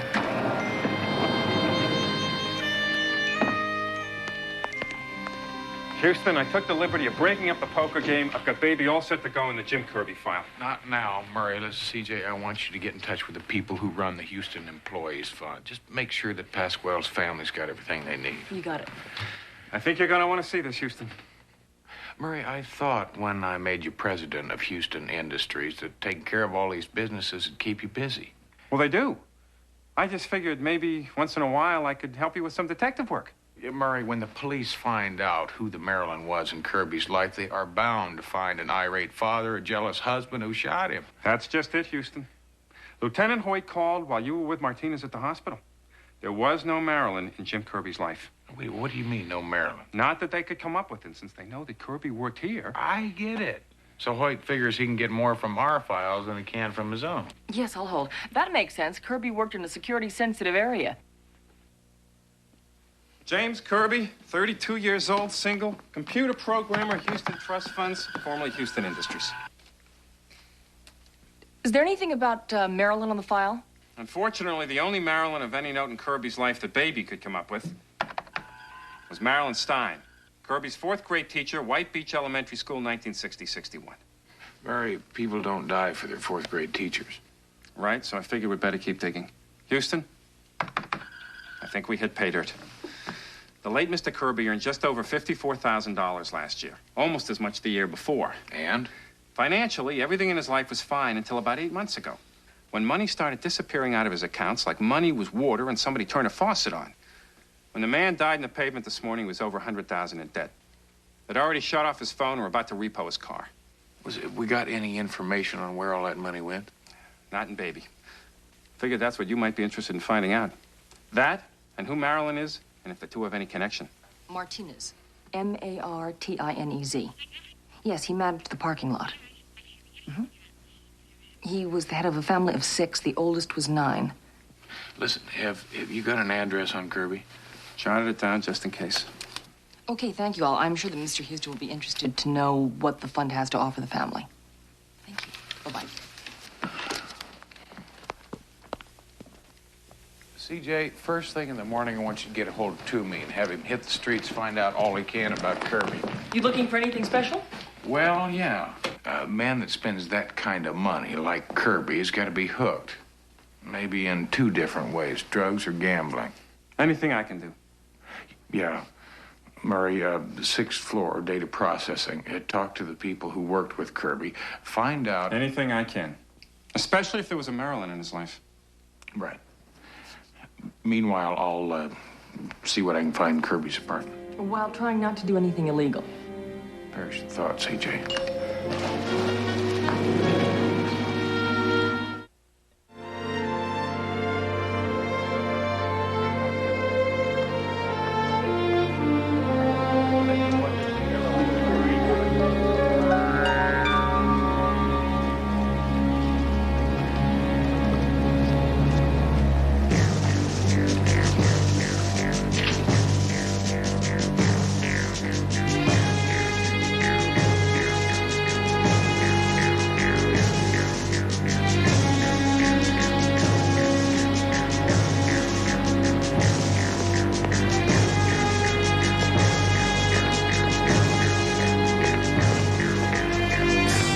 Still at it.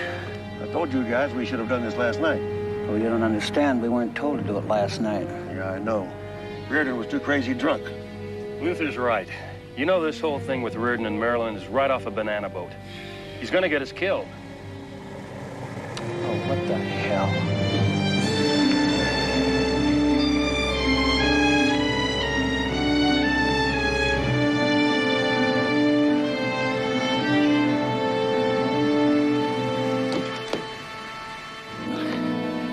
Mr. Reardon, you shouldn't be here. I needed to see you. I'm under a lot of pressure. There's questions about why Kirby was killed. Until it eases up, I want you to camp out near the Hatter's house. And keep an eye on Marilyn? Till it's over. What about Kirby's apartment? Well, we haven't been able to get in there yet. The cops are still talking to other tenants. Have they been in there? Not yet. They got the place sealed.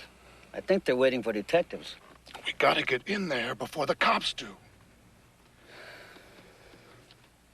Torch the place. Mr. Reardon, there's nothing we can do until they leave. Unless you want us to kill them both. Mr. Reardon, you pay me good money to protect you. You'd be a lot safer away from here. I'll see you at the Hatter's house and shoot you. Only kill the cops if they start to search the place. They can't find any trace of Marilyn. They won't, Mr. Reardon.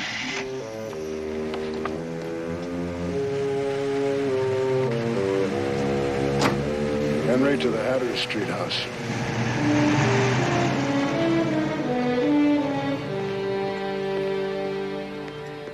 Right, you guys are on your own. He wants me to babysit the broad.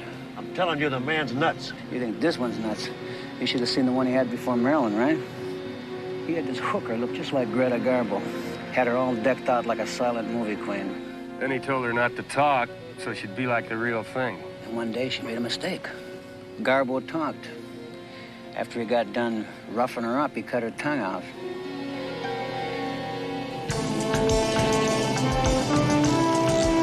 Houston, huh? Yeah, as if we didn't have enough trouble.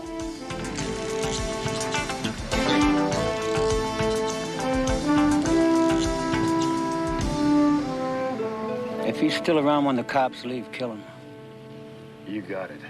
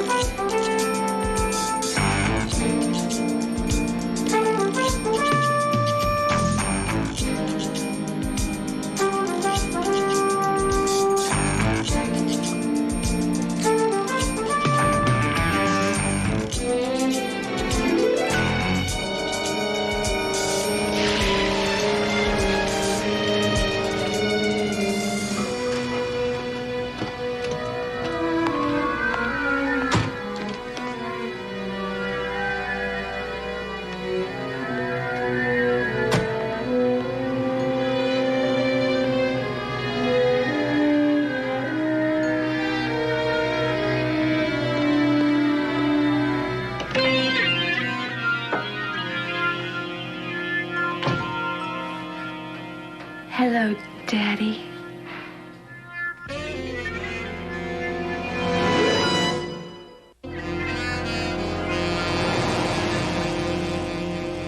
I missed you. I ought to kill you. You understand that? I ought to. I told you I was sorry. It'll never happen again, Daddy. I promise. Why do you always have to be such a tramp? Always like in those movies. I don't make movies anymore, Daddy. I gave them up for you. You know that. I must be mad. That's what it is. I'm bloody mad. I've given you everything, this house, your car, money. And now I've killed for you. A man I shouldn't have killed, not if I want to stay alive myself. Jim's dead? Oh, he's dead. Let me tell you a little secret, darling. The dead are so damn lonely. You want to be lonely, Marilyn? No, Daddy. I want to be good for you. Please, let me be good.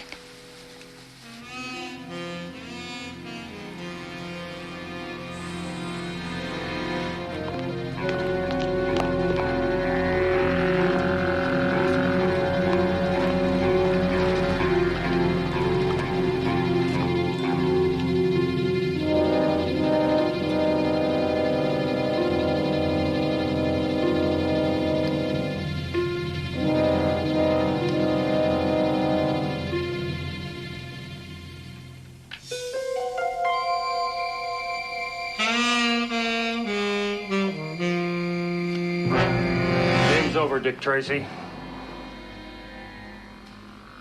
I'll take those pictures. I had a funny feeling I'd be running into you fellas again. Yeah, let's get this over with.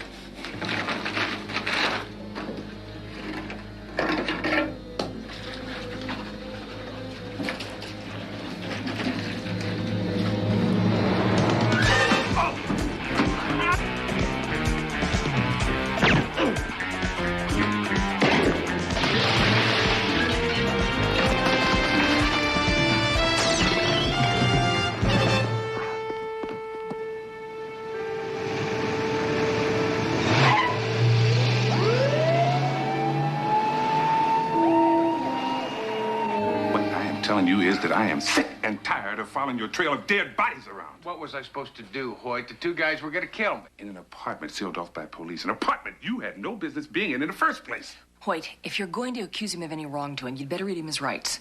Listen, Counselor, let me tell you... Lieutenant, now I tried to be nice and let you talk to him while I was patching him up, but being nice didn't work, did it? Therefore, out. What? Out! You're a lucky man, Mr. Houston.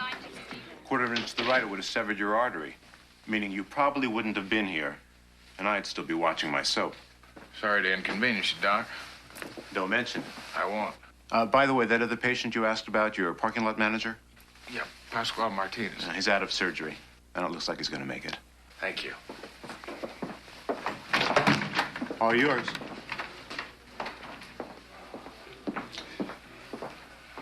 You know something, Private Eye? I could have your license a dozen different ways if I wanted to. Yeah, well, you won't. See, because I have something you need, Hoyt. You bet you do. Well, let's start from the top, then. Now, first off, I got into that apartment, and that's where I found the photograph. I couldn't have been in that apartment more than a couple minutes before I saw the photograph. Of Kirby and Marilyn Monroe. I didn't say it made any sense. I'm telling you what I saw. Houston, do you get the feeling that the good lieutenant doesn't believe you? I just wish he saw more or remembered more. I saw everything. I remember everything. I'm telling you everything I know. Right. You probably saw a photo of Kirby and maybe even a blonde woman. In the confusion in shock of taking on a bullet hit, your mind made a connection between the blonde woman and the name Marilyn. Are Right. you saying Houston is hallucinating? It wouldn't be the first time, even for a trained professional. You know what I Then mean? forget about Marilyn for a minute. Who do you think shot Kirby? I don't know. But the man you killed in Kirby's apartment was a syndicate muscle. Now, the captain figures that the syndicate has tidier ways of killing people than shooting them down in public malls. Kirby is tied to the syndicate? Well, if they're that desperate to kill Kirby, it must be just the tip of the iceberg.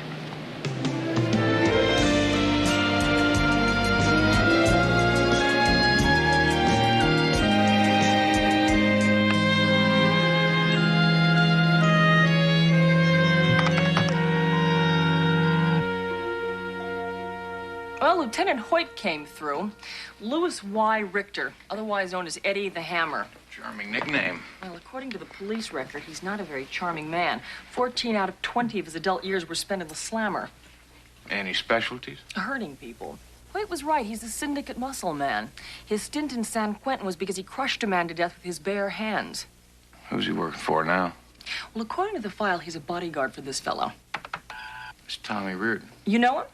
He's a middle-level syndicate boss involved in everything. Drugs, prostitution, you name it. Everything he's involved in, that man has never spent a day in jail. You'd think that someone like that would make a mistake somewhere down the line. You know, he's made lots of mistakes, CJ. He's just what you would call well-connected, starting with his father-in-law. Hold it, that was my next presentation. L. Douglas Mitchell. He's known as the West Coast Godfather. Rumor has it he really doesn't like Reardon, but Reardon married Daddy's only little girl.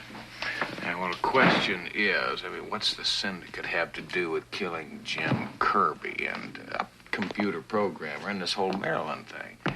I don't suppose you came up with anything we use? Well, I wish I did. But all the questions I asked on the street dealt with Maryland, and I'm still waiting for the answers. You sure the syndicate boys are tied to this? Positive. I was going to make myself a couple of ham sandwiches and chase them down with a six-pack. But with this new syndicate thing, I guess I got a whole new line of questions to ask. Nice to see you two, Mean. Mm-hmm. Later. Thank you. Yeah. I think you can afford to miss a meal or two, don't you? Okay, where do we begin? Right where Jim Kirby wanted us to begin. Finding Marilyn. Now, I recognized a pier in a couple of those photographs I saw at that apartment. I think we better start there first off in the morning.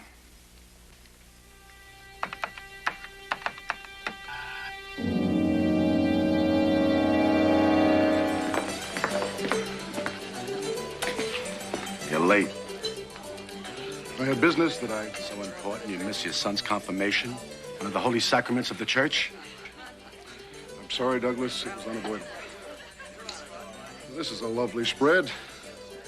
Young Tommy will always remember this. Why was Mr. Kirby killed? We're all making a lot of money through him. Oh, can't that wait, Douglas? This is such a happy occasion. Was Kirby killed, Thomas? Security reasons. Kirby was going to go to the police. We had no choice. Why don't I believe you? Well, it's the truth. I had to have it done. You have a lovely family, Thomas. My daughter, grandchildren. If you ever do anything to hurt them, or if I find out you've lied to me. I told you, Douglas. It's security reasons. Excuse me, Douglas, please. Thought I'd given you orders never to disturb me with the family. Richter's dead, Mr. Reardon. At Kirby's apartment. He was taken out by Houston. You won't give up. He found the pictures of Kirby with Marilyn at the apartment. What? Well, we got him back. But he already saw him. Watch, Houston. If he starts to get close, if he finds Marilyn, I don't care what it takes. Find outside help if you have to, but kill him!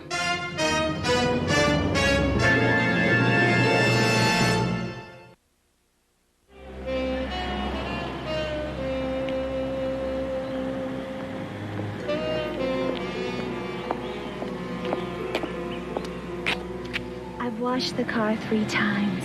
How much longer do I have to stay out here? Well, you heard what Mr. Reardon said.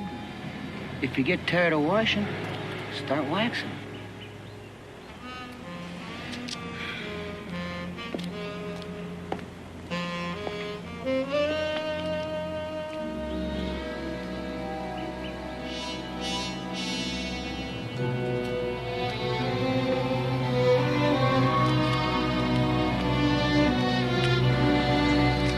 Next thing you're going to be telling me is there really is a Superman.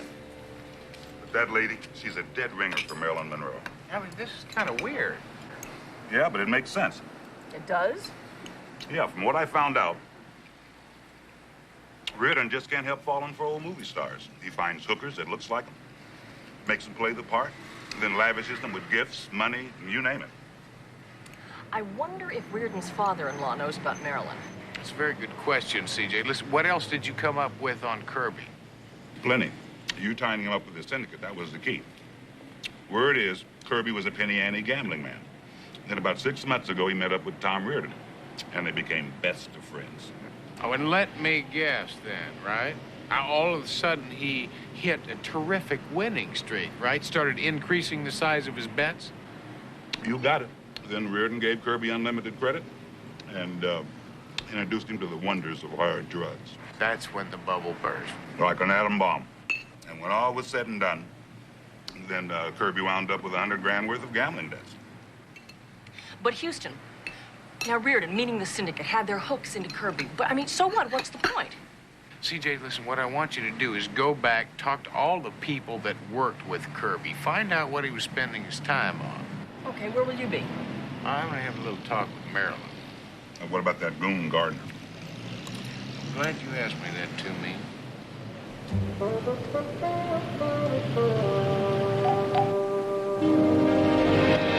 Hey, Bud. Yeah? You got a phone call. What are you talking about? Over at the restaurant, some guy's on the phone, says he wants to talk to the guy parked down the street in a beige coupe. Hey, that must be some mistake. Says his name is, Reardon. Reardon? Why didn't he? Look, you gonna take the phone call, or do you, want me to tell him you're not interested? No, I'll take it. Hey, Bud, this Reardon fella, he says it'd be $20 in it for me.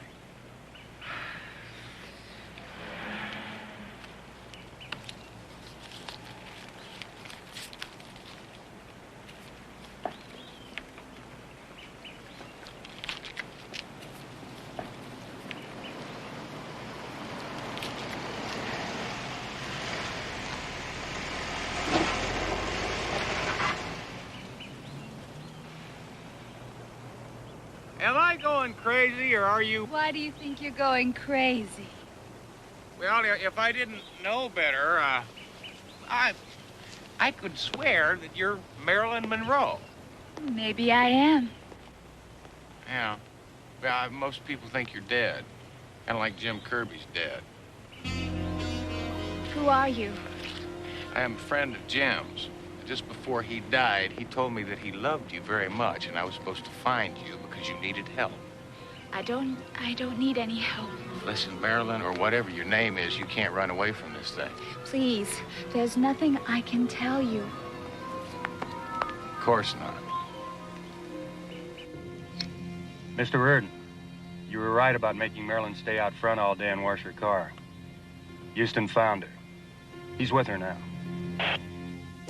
Listen to me. Reardon and his friends wanted to hook Jim. Now, they used gambling and they used drugs. They probably used you. You were the bait, weren't you? That's not true. I would never have done that to Jim. I loved him. He was the only one who ever...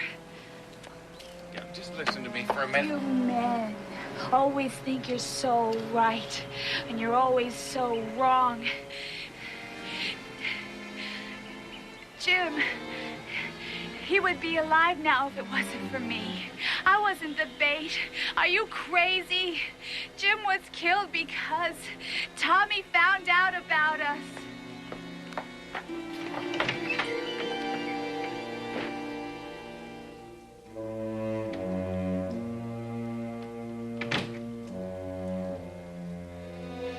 I'm sorry, I didn't know. You can help me put Tommy Reardon in jail for killing Jim. But you got to wake up. You can't go on playing this role the rest of your life. I need your help.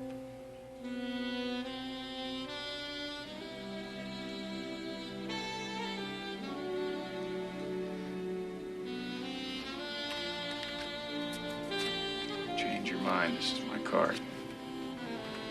Please give me a call.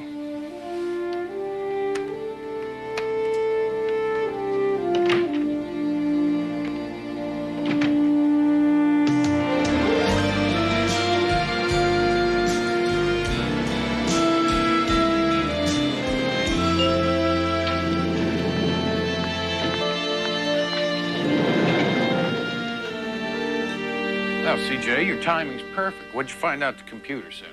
Plenty. When I arrived, Hoyt had already been there. Houston, what do you know about computer theft?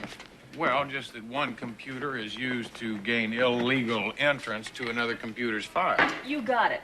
The reason that Hoyt wanted to get a hold of Kirby's files is because the police department and the FBI were coordinating an investigation. It appears that our computer whiz kid, Jim Kirby, was using the Houston Company computers to tap into, listen to this, Houston, the master computer for the stock exchange. That could be worth millions of dollars. Well, that explains why Reardon and his friends worked so hard to hook Jim.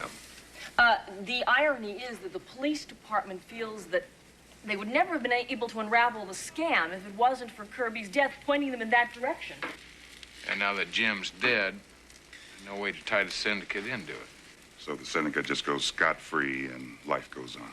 Well, it looks that way. Well, maybe not.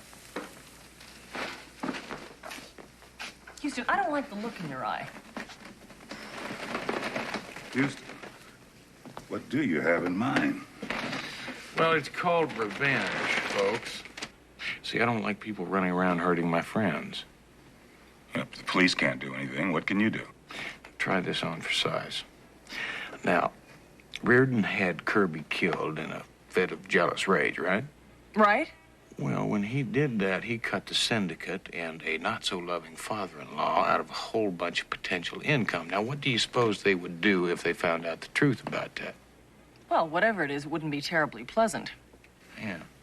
I do mean I want you to hit the streets, put the word out. I want to have a meeting with this boss man, Reardon's father-in-law. Tell him all about Marilyn Monroe and why Kirby actually was killed. Houston, when Reardon finds out about this, he's going to come after you. That's what I'm counting on, CJ.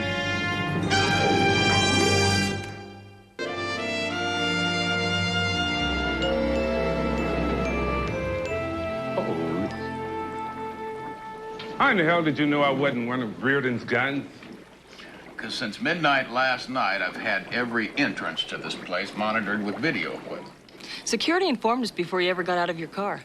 Now, that's fine. So you're safe as long as you're in the building. But what happens when you go out in the street? I don't have enough cops in the city to protect you. I'm not looking for protection, Hoyt. You're crazy. Houston, you know if you're right about Reardon and why he killed Kirby, do you know you're leaving him no choice? He has to come and get you? We've got nothing on Reardon. Now, if he comes after me, then we can possibly get him for attempted murder. Now, in any case, you'll have him behind bars. And when that happens, Reardon knows that it won't be very long before the syndicate finds out about Marilyn and James Kirby and why Kirby was killed. And Reardon will need protection from his own. That's right. Now, the way I feel about it is before very long, you're going to have everybody that's involved in this whole mess on the silver platter. Houston investigation. Yes, just a moment. Yeah, this is Houston. Mr. Houston, I've changed my mind. I want to talk. I want Jim's killer punished. Well, that's good. Listen, when and where can we meet? There's an alley behind some warehouses on 5th and Ocean. That doesn't sound like a very safe place, so why don't we pick some place that you've been to before, like the pier? All right. I'll meet you there in the parking lot of the pier in an hour. I'll be there.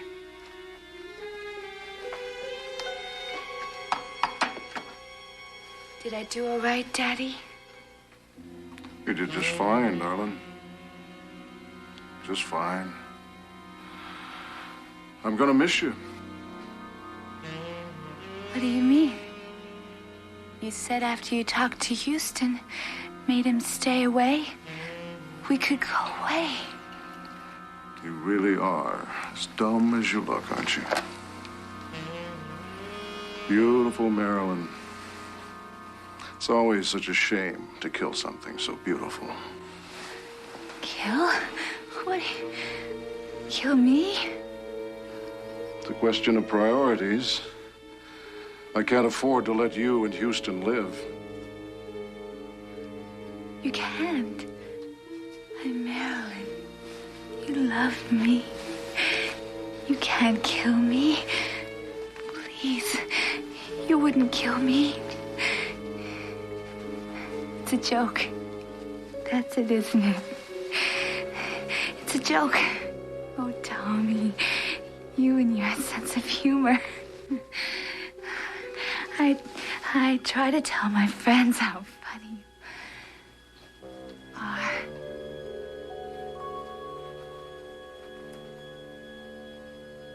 I won't go. I won't let you do it. I won't let you kill me like that.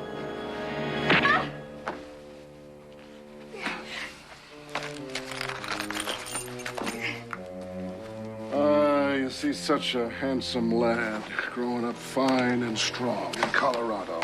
Give me that. And your parents raising him like he was one of their very own. That's fine Christian charity. Leave Patrick out of this. You're a slut and a whore. An abomination to God's purpose. You don't deserve to live. Now, Marilyn, you're gonna do exactly what I tell you to do today, or young, handsome Patrick's gonna wake up without a face.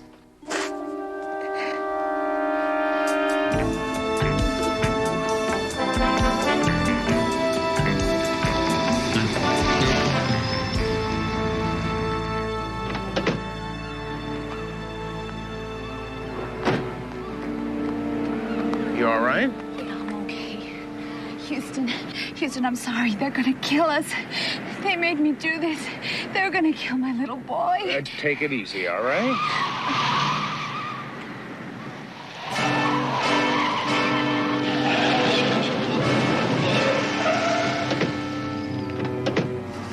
At long last, we meet, Mr. Houston. Afraid we're gonna take a little ride out to the desert. Well, it's awfully decent of you, Reardon, but no thank you. Really, I've got my own ride.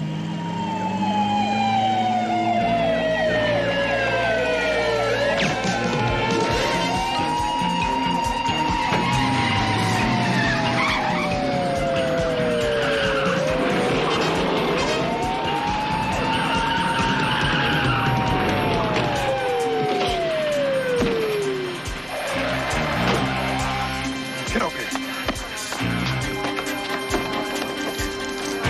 Got a right to remain silent?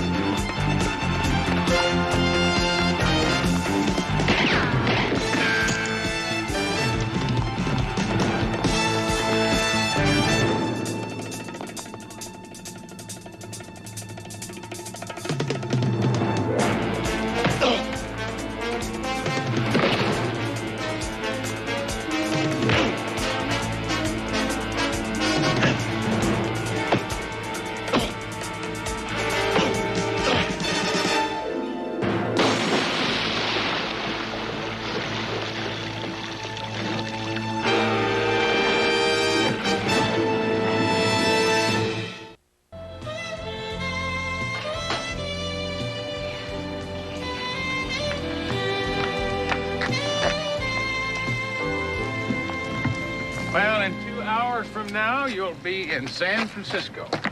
Just one more face in the crowd getting off the plane. No more Maryland. Well, Maryland's gone, and so's that part of your life. Listen, look, there's a couple dollars in here, just enough to get you started. Now, go on, take it, really, please. Well, just 2 hours to a new life. Just 2 hours. But a long way from here. That's why we figured maybe you could use a little company. Take a look over there. Mommy, Mommy!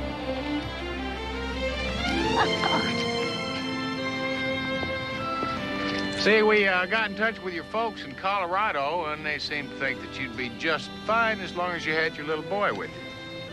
Oh, baby, let me see you. Oh, you're just beautiful. It's awfully nice. Yes, it is.